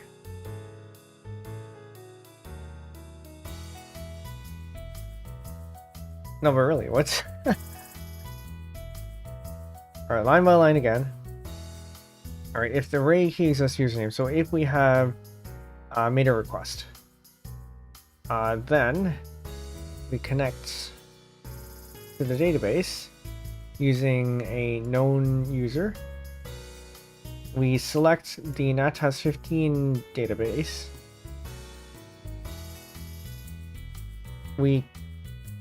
create a query from the user provided username, which is our injection point here. We can do any arbitrary query. If we are in debug mode, print the query. We run the query against the database, get the result from it. If there is a result, then if we get any number of rows, then we say the user exists. Otherwise, the user does not exist. Or if we don't get a result at all, we have some sort of error in the query, and then we close the link to the database.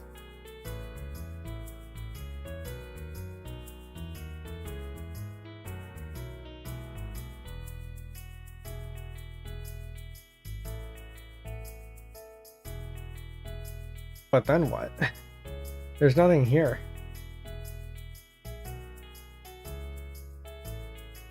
Is this where we start looking for hints? Because I don't have anything here.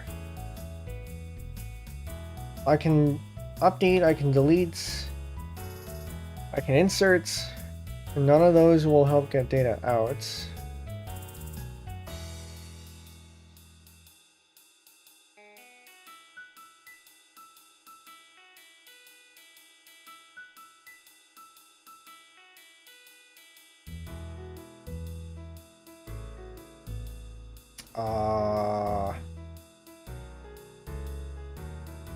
Alright.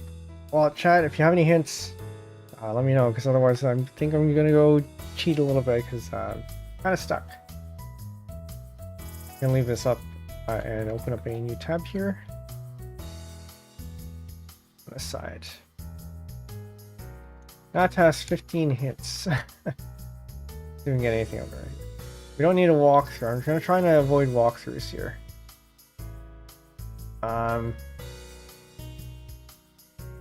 Maybe we can glean something from these descriptions here.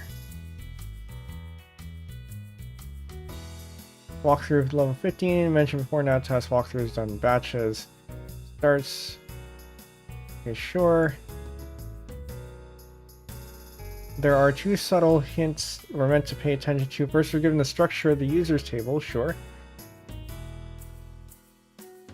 Both accept a maximum of 64 characters. Okay. So if the 64 characters is important, then that means we can overflow that, potentially.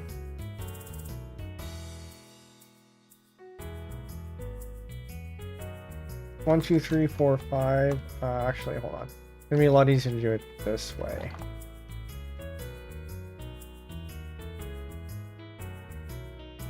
Uh, 65.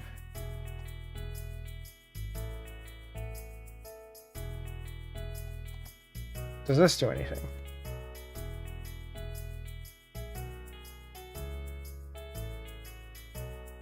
Well, the user doesn't exist because we have a maximum of 64 characters. Oh, wait a minute, hold on. No, that still doesn't get us anywhere though. Because even if we do overflow the even if we do execute a query. Oh, wait a minute. No, we can force an error in the database. Or force an error. Force the thing to fail. Because when we can do something like this, right? We can do some nonsense here. For example, if we did this.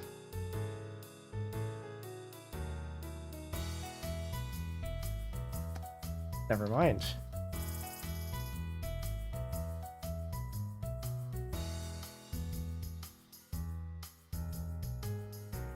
Updates. Users.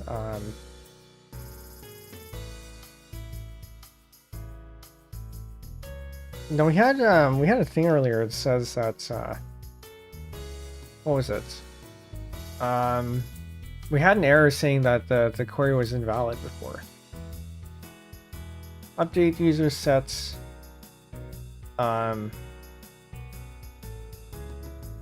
Passwords. Oh, I don't know. Hold on. Let's see if Natas 14 is here. 15? 15 is not in here. 16 is. 17 is, or 17 is not. We can add a row. Inserts into users. I don't remember how this goes. Inserts into table name values.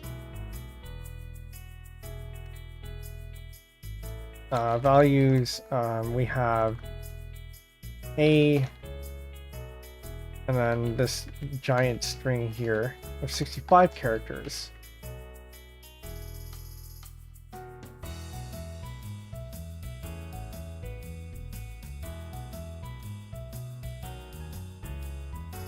Okay. Does this help us?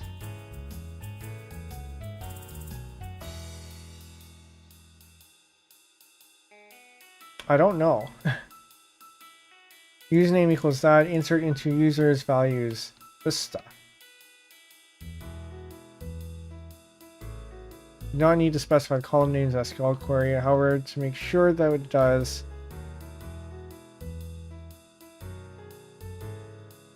try again. Username and password. Values, all that stuff. Error inquiry. That makes sense because we have maximum 64. So if we do this, maybe it is fine.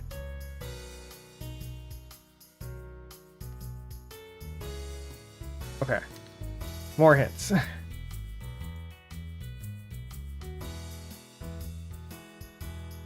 The user table has two columns, user and password, and both accept maximum 64 characters. Coincidentally, does that mean this is 64 characters? No, there's only 32. Alright. Very, very slowly. Try not to leak too much. Alright, we have that already. Request array. Hold on, this is 15. We are on 15, yes. Gonna make this bigger so we don't reveal too much.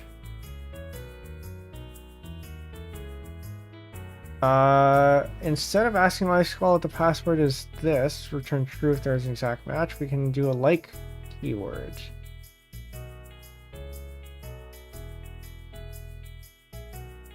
Oh no.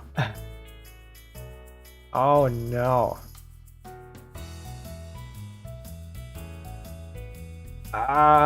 This is gonna take a while.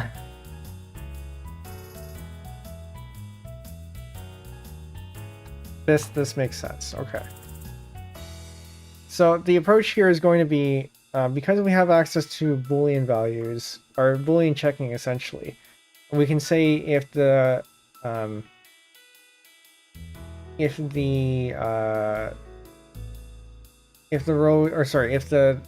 rows match this or not. They're the string queries, like, not like, and strcomp. We don't know what the actual value is, but we can say that like hold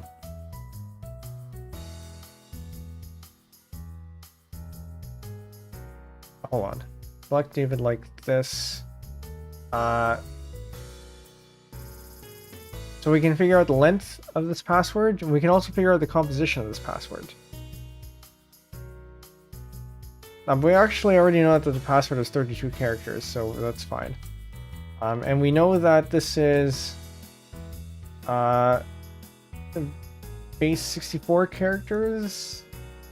So anything that's alphanumeric, basically. So we can say, we can script this. And I think I would rather script this if I can help it. Because this is a lot of characters to go through. So what we're going to do is we're going to try to brute force this. And we're going to say that, say we started A, we check the existence for it, then we know that if it returns something, that means that the password starts with A. And then we move on to the next character. That's for literal instances of wildcard characters. So what is the wildcard? Percent matches any number of characters, even 0 characters. And then underscore matches exactly 1 character.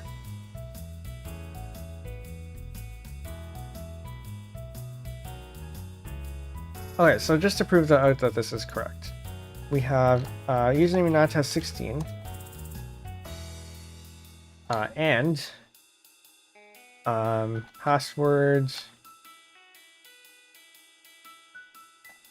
equals 32 underscores. So we know that the password has to be 32 characters long.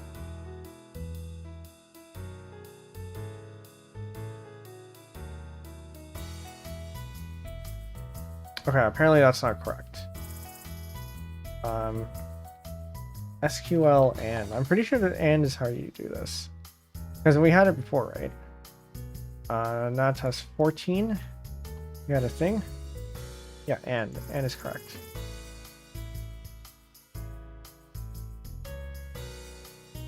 Here we go back. Maybe not 32 characters then. Maybe we just do this. The username, the user does not exist. Oh, like. Because we need like.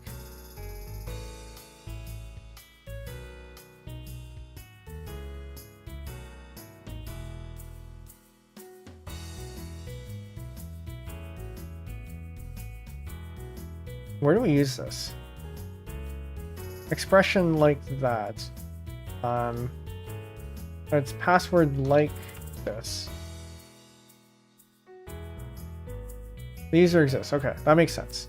That's what we want. And then we need the 32 characters here. And the user exists. Okay, so we have a 32 character password. And so now what we're going to do is we're going to take this and we are going to script this, because I do not want to go through all alphanumeric characters one by hand.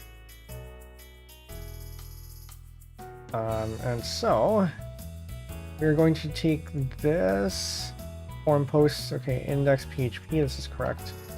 We're going to use curl. Actually, I'm going to write the script here. Then Natas 15.l, I guess. Doesn't really matter. Okay, so this is the URL to hit this thing. But we also want the password.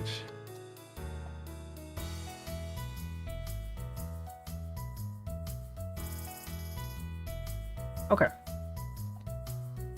And so when we curl this URL,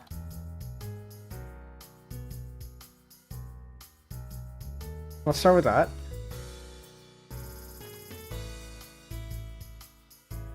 All right, we get this. And we want, when we do something,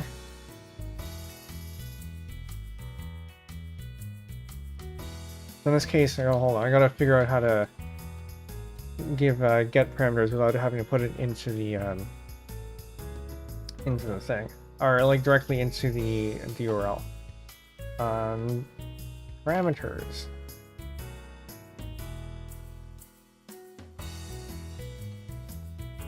Curl get parameters. Dash G query equals dash D.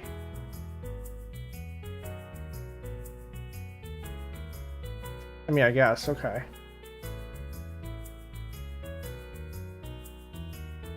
Actually, it doesn't even matter, because then we can just, let's just do this. User equals, username equals, and then the password.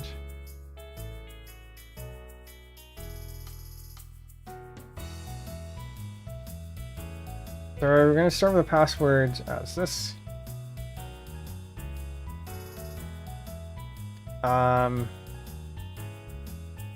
User equals Natas 16.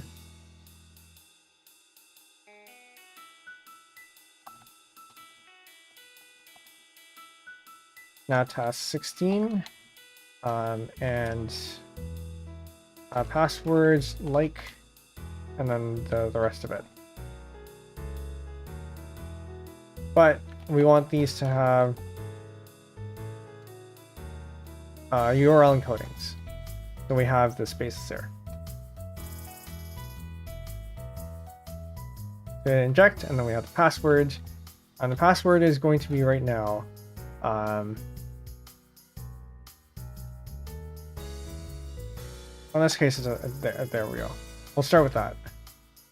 Because this should give us something. Malformed input to URL function. Why? Okay, fine.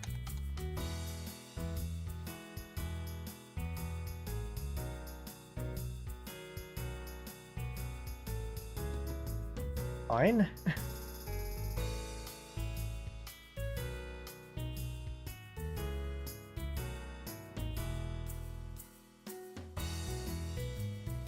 Okay, so then we can grep for exists like this. This user exists.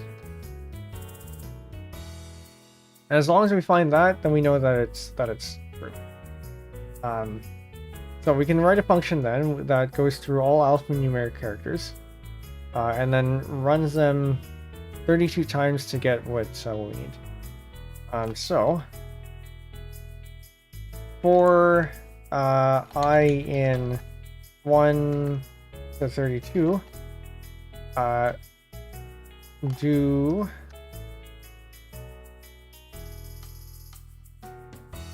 and we nest this, so we can do for char in A to Z, A to Z 0 through 9, or yeah, 0 through 9. Pretty sure this works.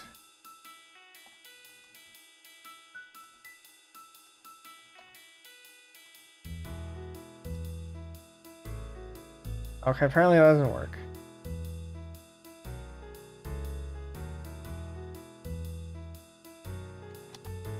This should work though. Okay. That's fine. We can do this.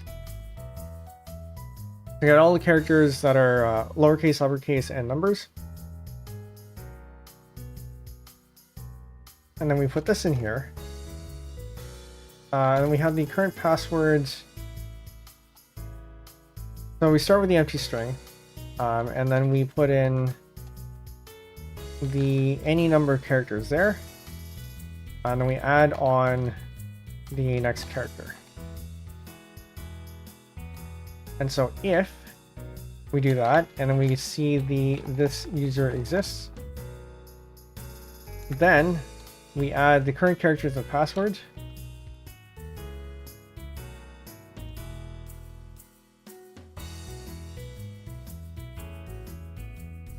And then we break out a loop. Was it continue? I think it was continue, wasn't it? Continue 1. Or was it continue 2? Resume for while until loops. Resumes next. If n is specified, resumes the nth closing loop. So I think.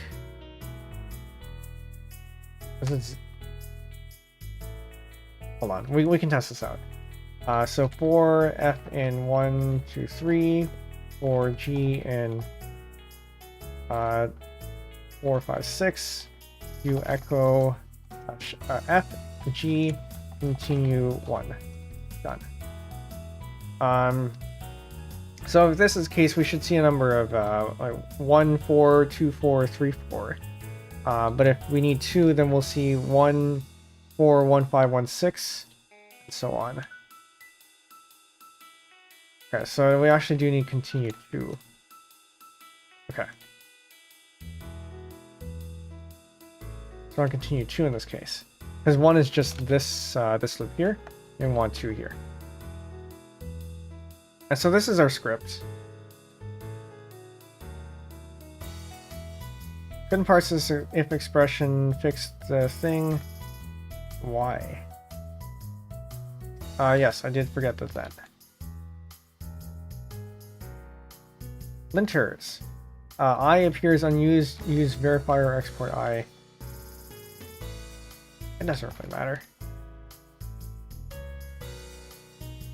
That's fine.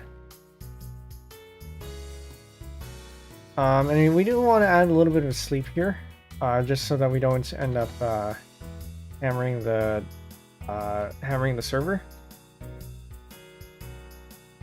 0.1 is probably fine.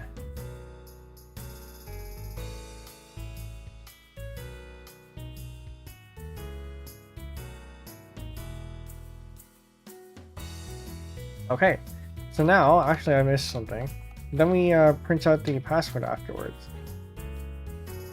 Because after 32 characters, something should have passed. We should get 32 successful characters. And then we should have a password built out at the end of that. So we created the script. We can now run the script, now task 15.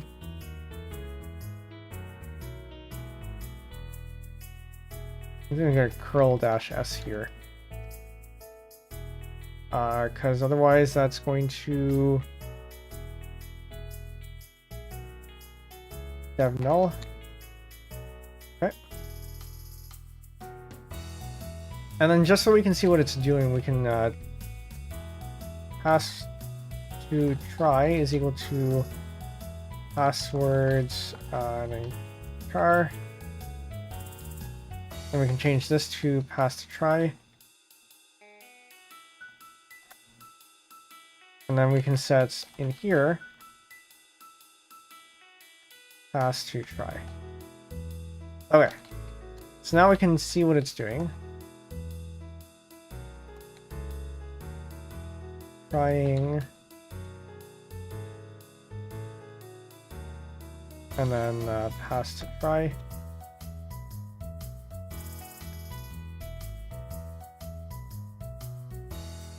Okay, so now we can actually see what it's doing then.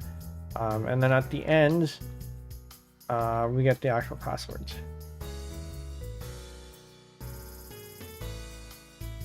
And here's hoping things worked.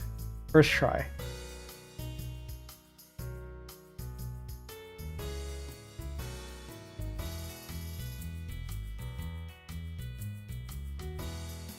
This is gonna take a while. Hold up. Maybe we should get rid of the sleep. I know we're trying not to hammer the server, but also surely they have things in place for this.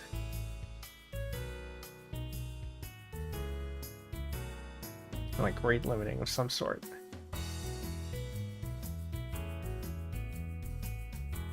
One of these should hopefully work. Oh. But now I'm being rate limited.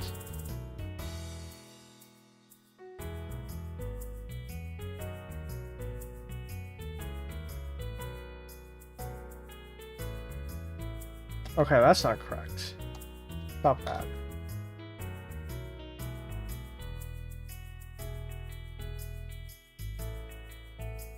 Something's wrong here.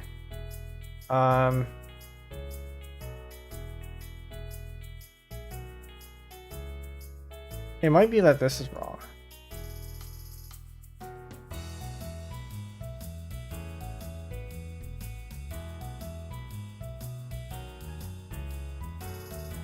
Didn't we? Yeah, this user exists.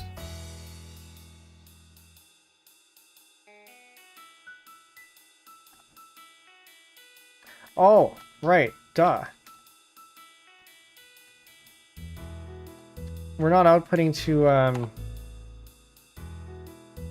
gotta be kidding me. We're not outputting to standard out because I put odev null there. But we need to output to standard out because grep needs that.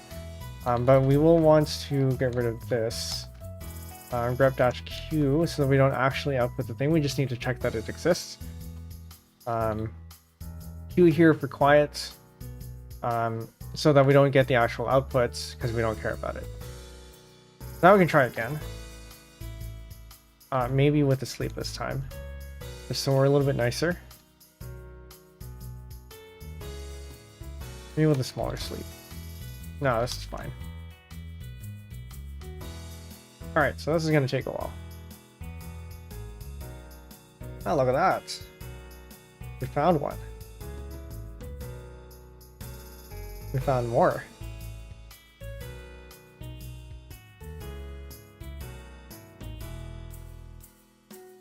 And we just wait until we get all 32 characters.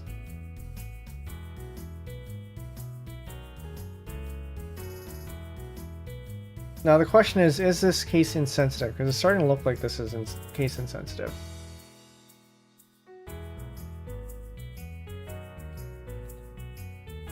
Normally, if any expression in a string comparison is case sensitive, the comparison is performed in case insensitive fashion.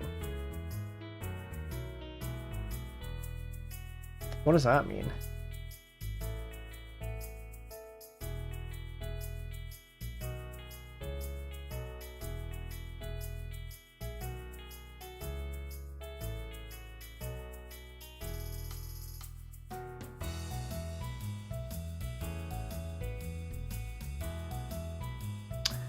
I think we need to collate case sensitively. Because this is all lowercase and that's not correct. Or it probably isn't correct. MySQL like case insensitive or case sensitive.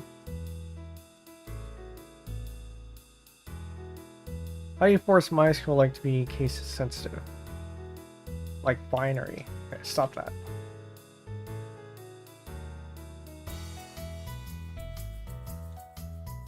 Binary.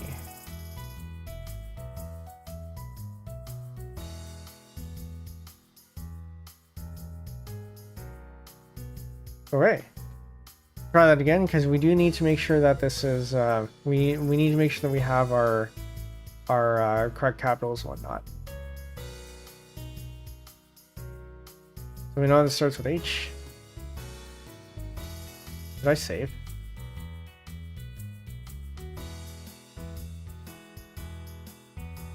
Probably.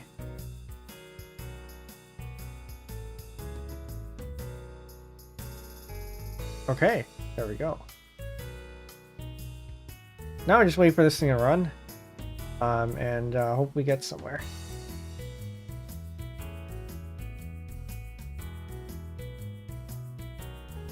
And the reason why we can do it this way, instead of having to go through the web interface, is because the PHP script has request in it. It's looking for request rather than post, which means we could very easily use get.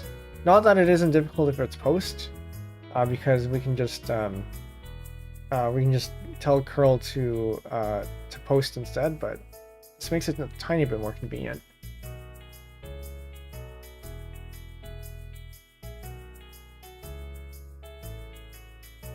So yeah, we're just brute forcing this. This is like password scraping essentially.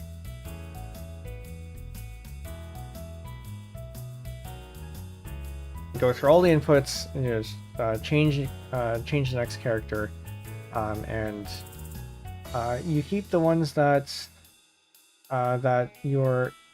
passed, and then you reject the ones that don't, and then from there you just build a longer and longer string until you get there.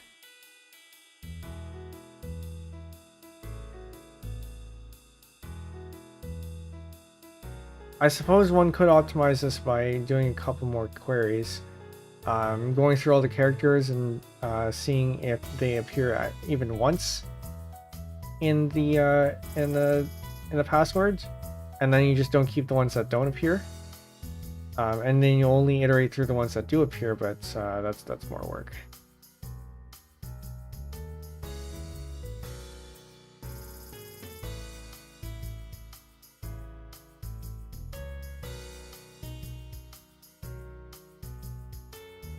And this is in part, well, maybe not this directly, because this also involves injection. But if you have a system where you have a username and yeah, like a user login form, you don't want to say whether the username exists or not. You just want to say that the login failed, and that's because you don't want. In this manner, you can leak if the username exists in your system. In many cases, that may not even matter, because maybe you're making the usernames all public and stuff. Although if your usernames are emails, that makes it a little bit more important, because then you're leaking emails and you're saying whether the email is valid or not. So if you have a login form, it's best for security if you just have a pass-fail based on either the username or password, and don't mention whether it's because of the username or password. Alright, I don't know how many characters we're in, but it looks like this is at least half.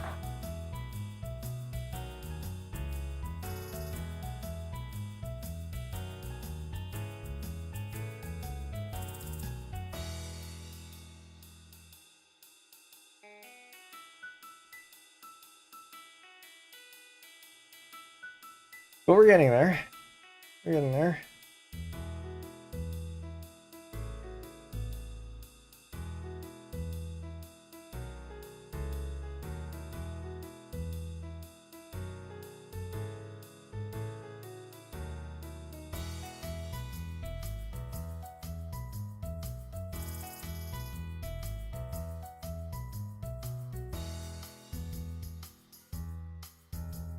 I remember was back in university. I can't remember if the course was dedicated to security, like fully, or if it was security was just a part of it. But I do remember doing this kind of stuff in that course, or at least learning the principles to be able to do this kind of stuff. But clearly, I've forgotten some of the techniques because I needed the hint there.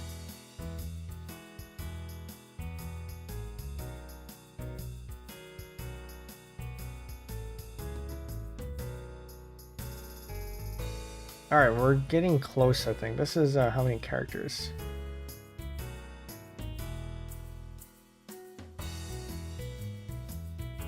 If I can follow this up, okay.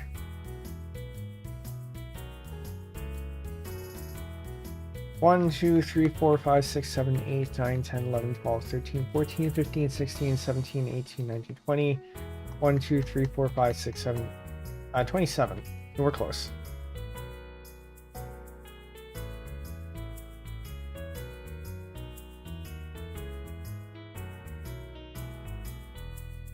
This is also another reason why you should, I mean, nobody's going to go in and brute force like this, because your passwords are not going to be stored in a database in plain text.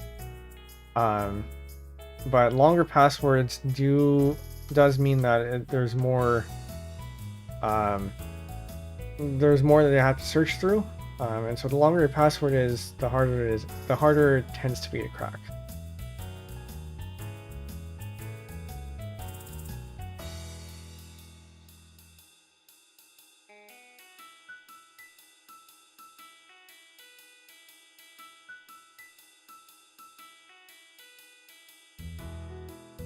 I'm thinking after we get this password, I think we're going to leave it there, because my throat is starting to fail, and we are at the 2.5 hour mark. But we will get the password first. There we go. Unless 16 looks easy, in which case we might do 16.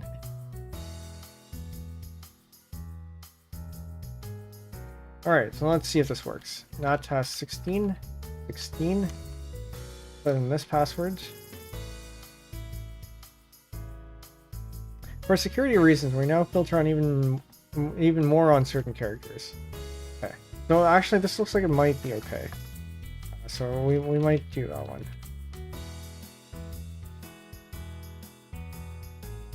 Okay, review the source code. And just a very quick glance here to see if we get it.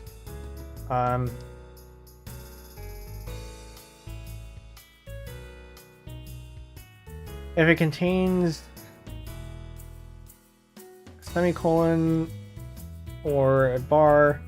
Wait, this looks very familiar. I don't think this is correct. Oh, no, this is something else. This is grep. Ah, it's okay. It's the grep thing again.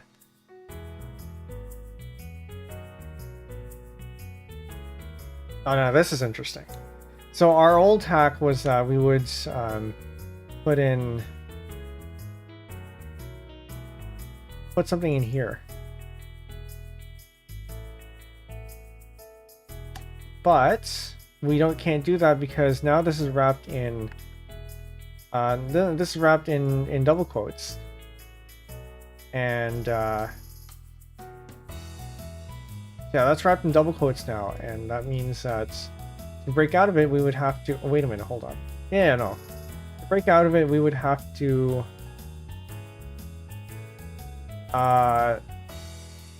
put in a double quote, but a double quote is disallowed in this list of characters. Hold on, we gotta save this. Okay, no, I did save it. It is disallowed, so we can't actually put a double quote here. What isn't disallowed is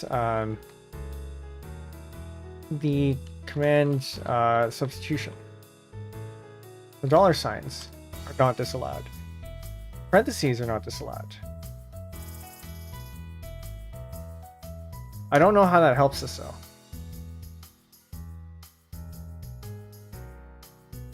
Because it'll still be as one word here. So this is basically locking us to a single what is it? A single argument. Or maybe it doesn't. Well, we can try stuff anyway. So for example, we can inject a command substitution where we cat etc slash this stuff, or etc slash this, and we go to 17. What does this do for us? Nothing really yet. Well, we can give it a shot.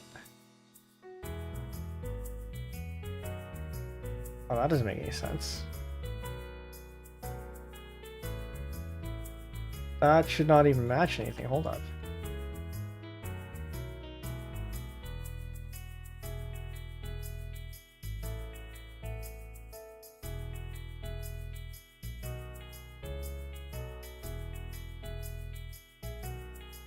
That should not match anything. Okay, no, this is what we expect, because it shouldn't match anything.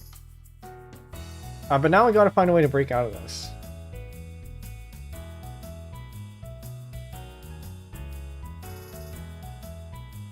Oh.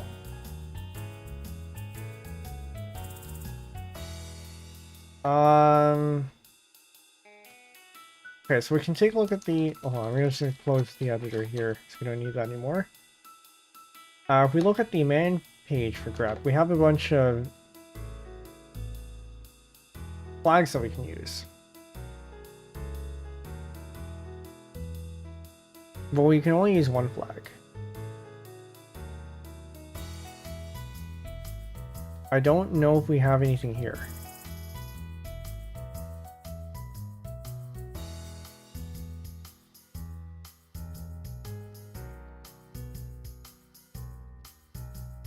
However, we can maybe print stuff out to standard error. And maybe that'll help us break out. Well, actually, we don't need to break out anything.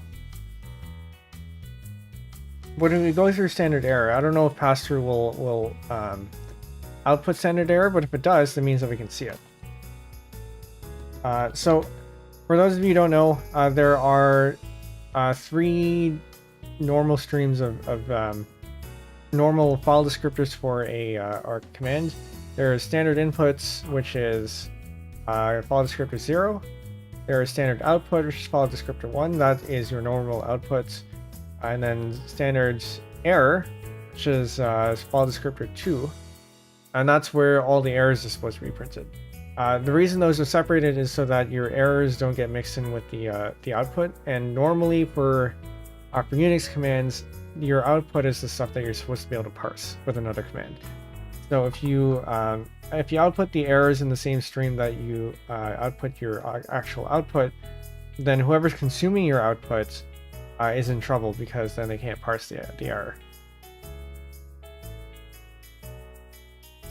So we want to redirect our output to standard error like this, and then hopefully we can see stuff. Input contains an illegal character, because it has one of those. Alright, fair.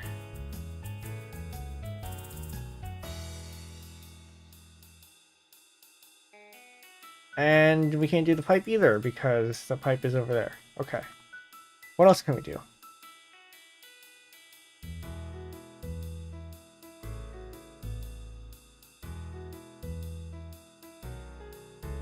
So we can't do backticks because those are disallowed, but that's fine because we have command substitution. Can't do backslashes.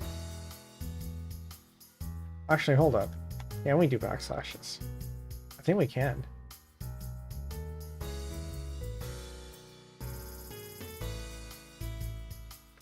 I think that actually allows us to do so.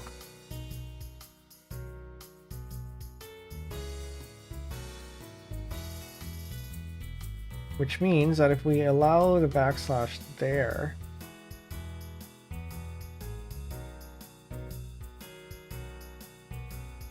if we allow the backslash there, then that means we can ignore everything else.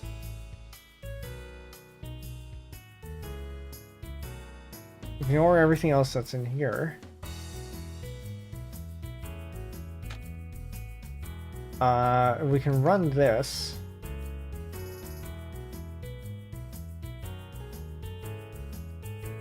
No, I can't be right.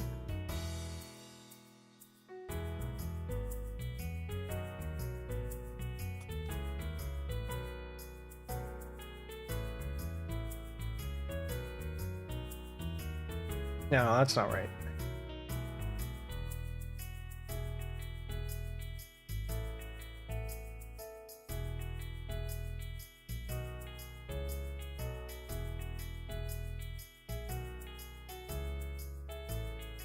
We can, okay, so there are two approaches here. I guess either we break out or we try to redirect to another file descriptor, but we can't do that because we have the ampersand as disallowed.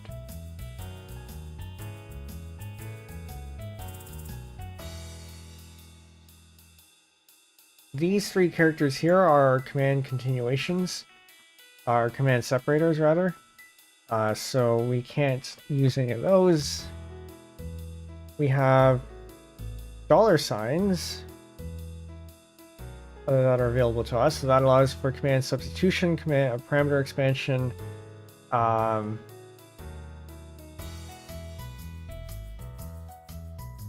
variable expansions,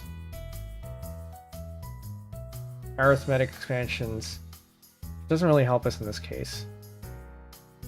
Command substitutions, yes.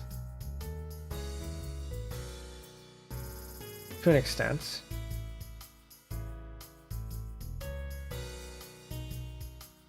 Because what we can do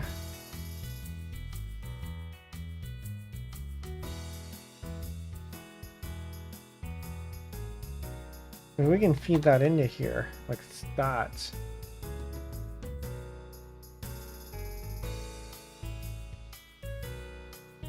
Perhaps.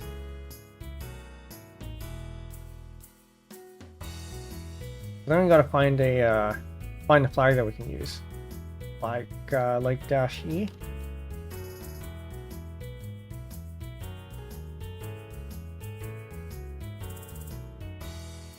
It's not really gonna help though.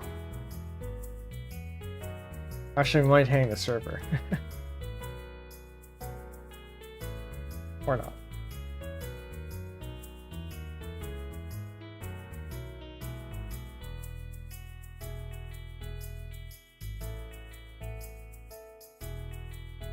So we can maybe make a flag here, but then we need to find a way to get a new character, or rather a new file, which isn't going to work.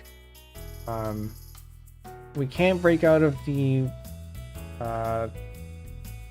the arguments, or rather the double quotes, because double quotes is disallowed unless we do a backslash. But then we end up with an invalid command. So that's not going to help.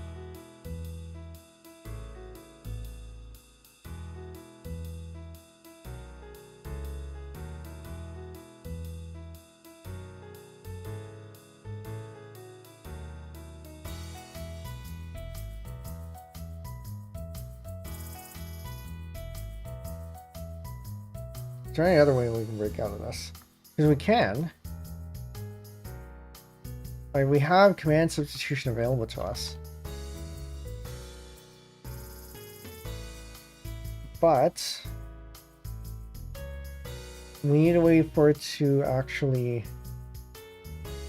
be usable. Because we can echo out whatever we want out of this. But if it's within double quotes, that means it's going to be taken in as a single argument, which isn't what we want.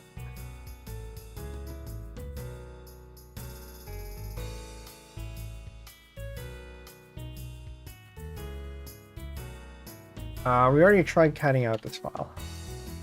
Didn't work. Because we cat out the password, it turns into an argument for grep as the search pattern to use. Doesn't work. Because that's just the search pattern, we need it to be the actual file.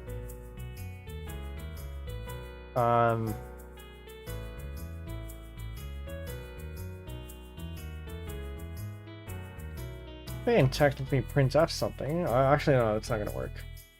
We can't printf a double quote because then that's still within the arguments and it's not going to break out.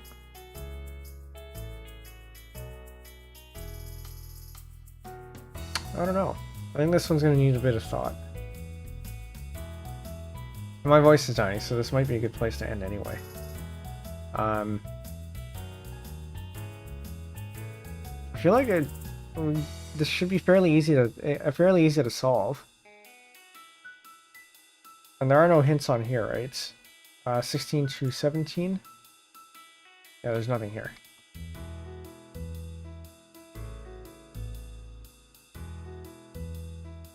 Can you open up a shell? Yes, you can. Oh. Yes. You can open up a shell. You have a shell here. You can do a copy of this file into dictionary.txt. Replace that. And then just add a dot afterwards. Because this is going to show as empty. And then we want to have the dot here so that we get everything. And then by the time the grep runs, the copy has already been run. So then the contents of dictionary.txt has the contents of the password file, and then we should get the password out from here because then the grep goes through it. Well, I was hoping that would work. Try that again.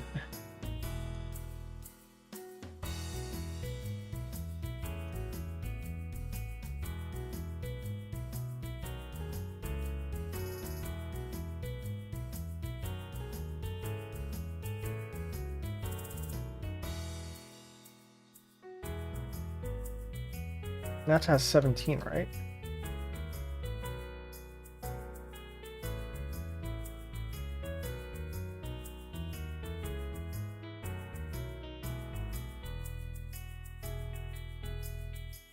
Okay, can we cat? Oh, right, duh. The dictionary.txt.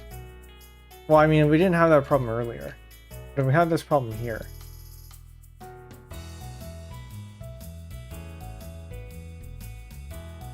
pwd dash or slash that. No. Wait, cat.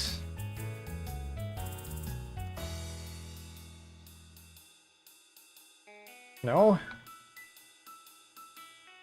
I was sure that was gonna work.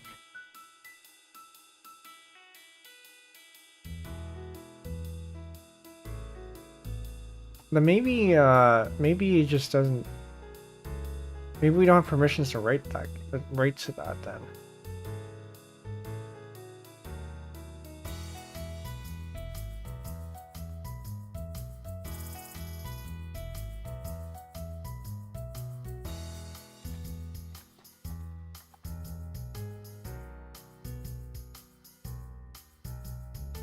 I guess we don't. All right, that's unfortunate.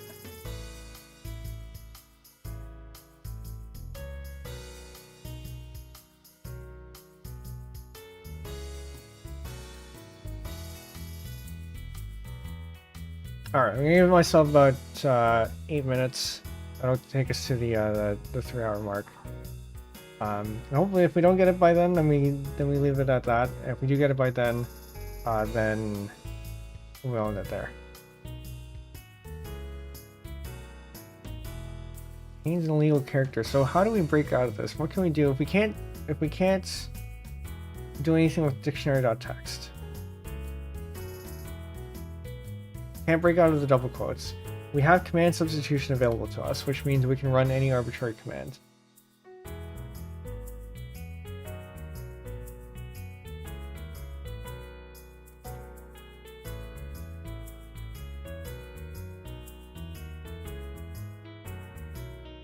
Just make sure that this actually does work though. Yeah, okay, so it does work. We have command substitution available to us.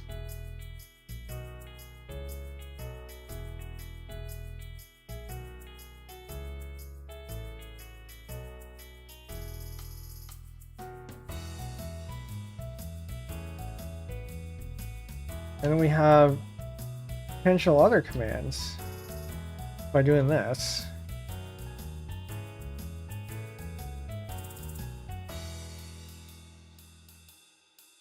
Oh, I don't think that's really going to help us though.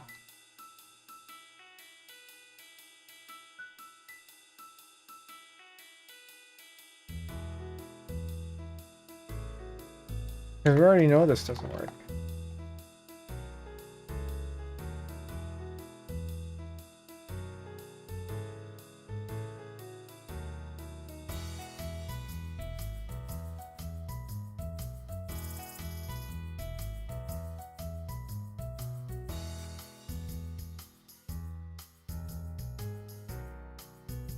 Oh, well, we can't outright replace it, then can we append? No, I mean, if we had no write permissions, then we can't.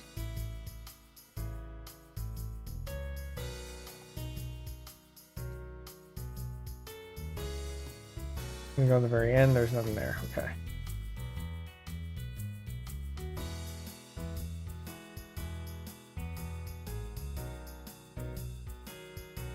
Yeah, this one's a tough one. If you have any ideas, chat, do let me know.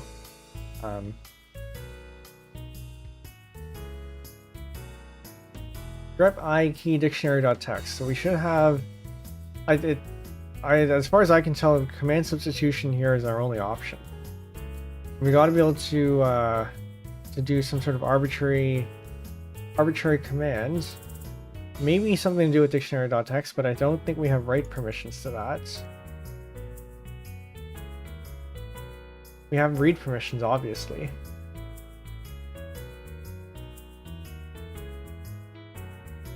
We can't overwrite the grep command.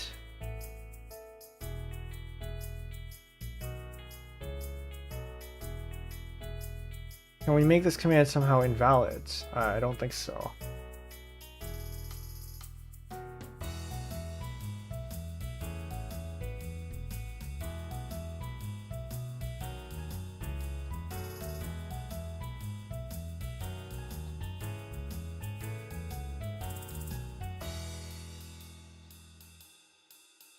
Oh, I see.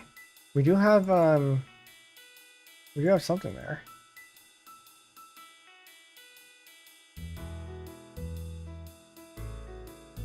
I mean, I keep trying this, but it doesn't do anything.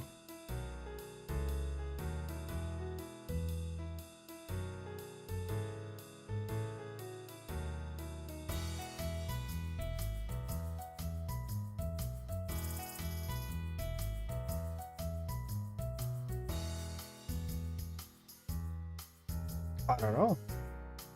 I mean, this is a shell thing. I don't want to look up the hints, because it feels like this should be easy enough to get, but I don't know what it is.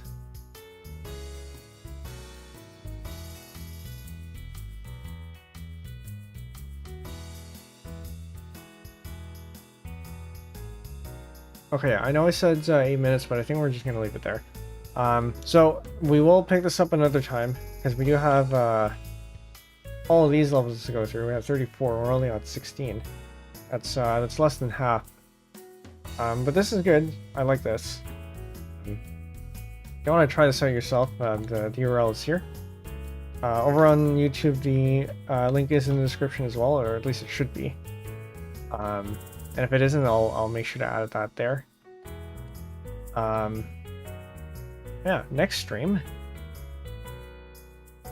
That's not the next stream. Hold on, I will change that out. What is the next stream? Next stream is this one. We are going to be doing an exercise where we implement the cat utility in pure bash. So no external commands at all. It's all just going to be pure bash and the utilities that it provides, and it will be a tutorial in which I help you walk through your writing it. So I'll be explaining close to everything. I assume next to no knowledge here, and it's your opportunity to ask questions as well if anything confuses you.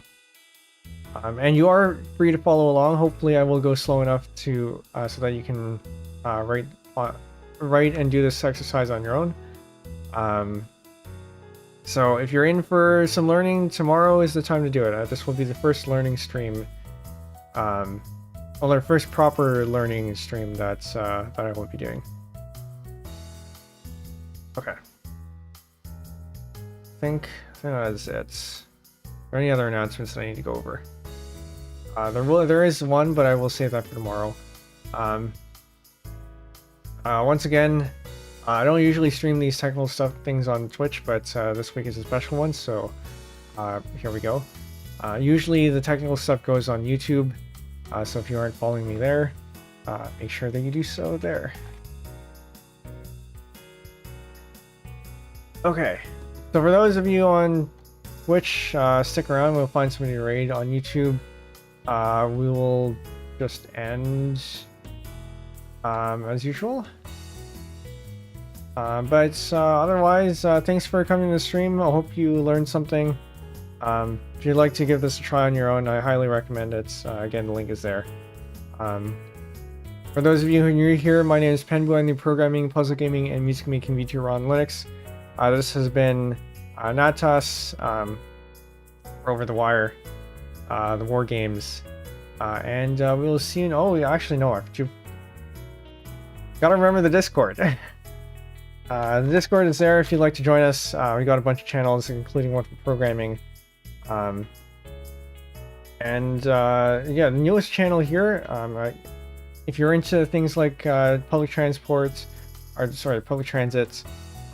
cycling, walkability and all that, we do have a channel there. It is fairly active recently because it is a new channel. A lot of interesting discussions happening there. Or if you're just a VTuber enjoyer like I am, I do post wherever I am there too, whatever I'm watching. Okay, that's it. I gotta give my voice a rest, so we're gonna end it there. Thank you for coming, see you next stream, and yeah, for those of you on Twitch, we will find something to raid, so stick around, but otherwise, good night. Bye.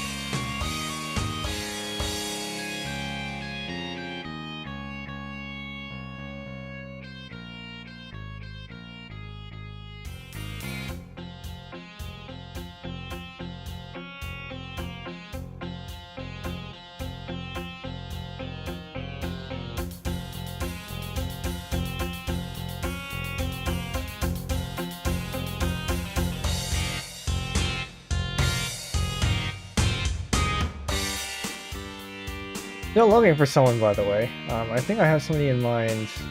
I want to make sure that there's nobody else that's better suited. There, Karma Komodo, thanks for joining. Hope you enjoyed that. What else do we have here? That's hard. It's hard when you're doing technical stuff because a lot of people just don't do technical stuff.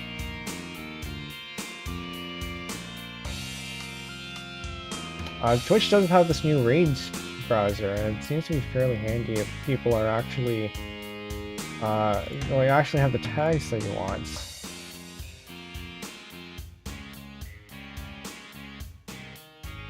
Okay. I think we're gonna go say hello to Meisaka. They are doing custom overlay things.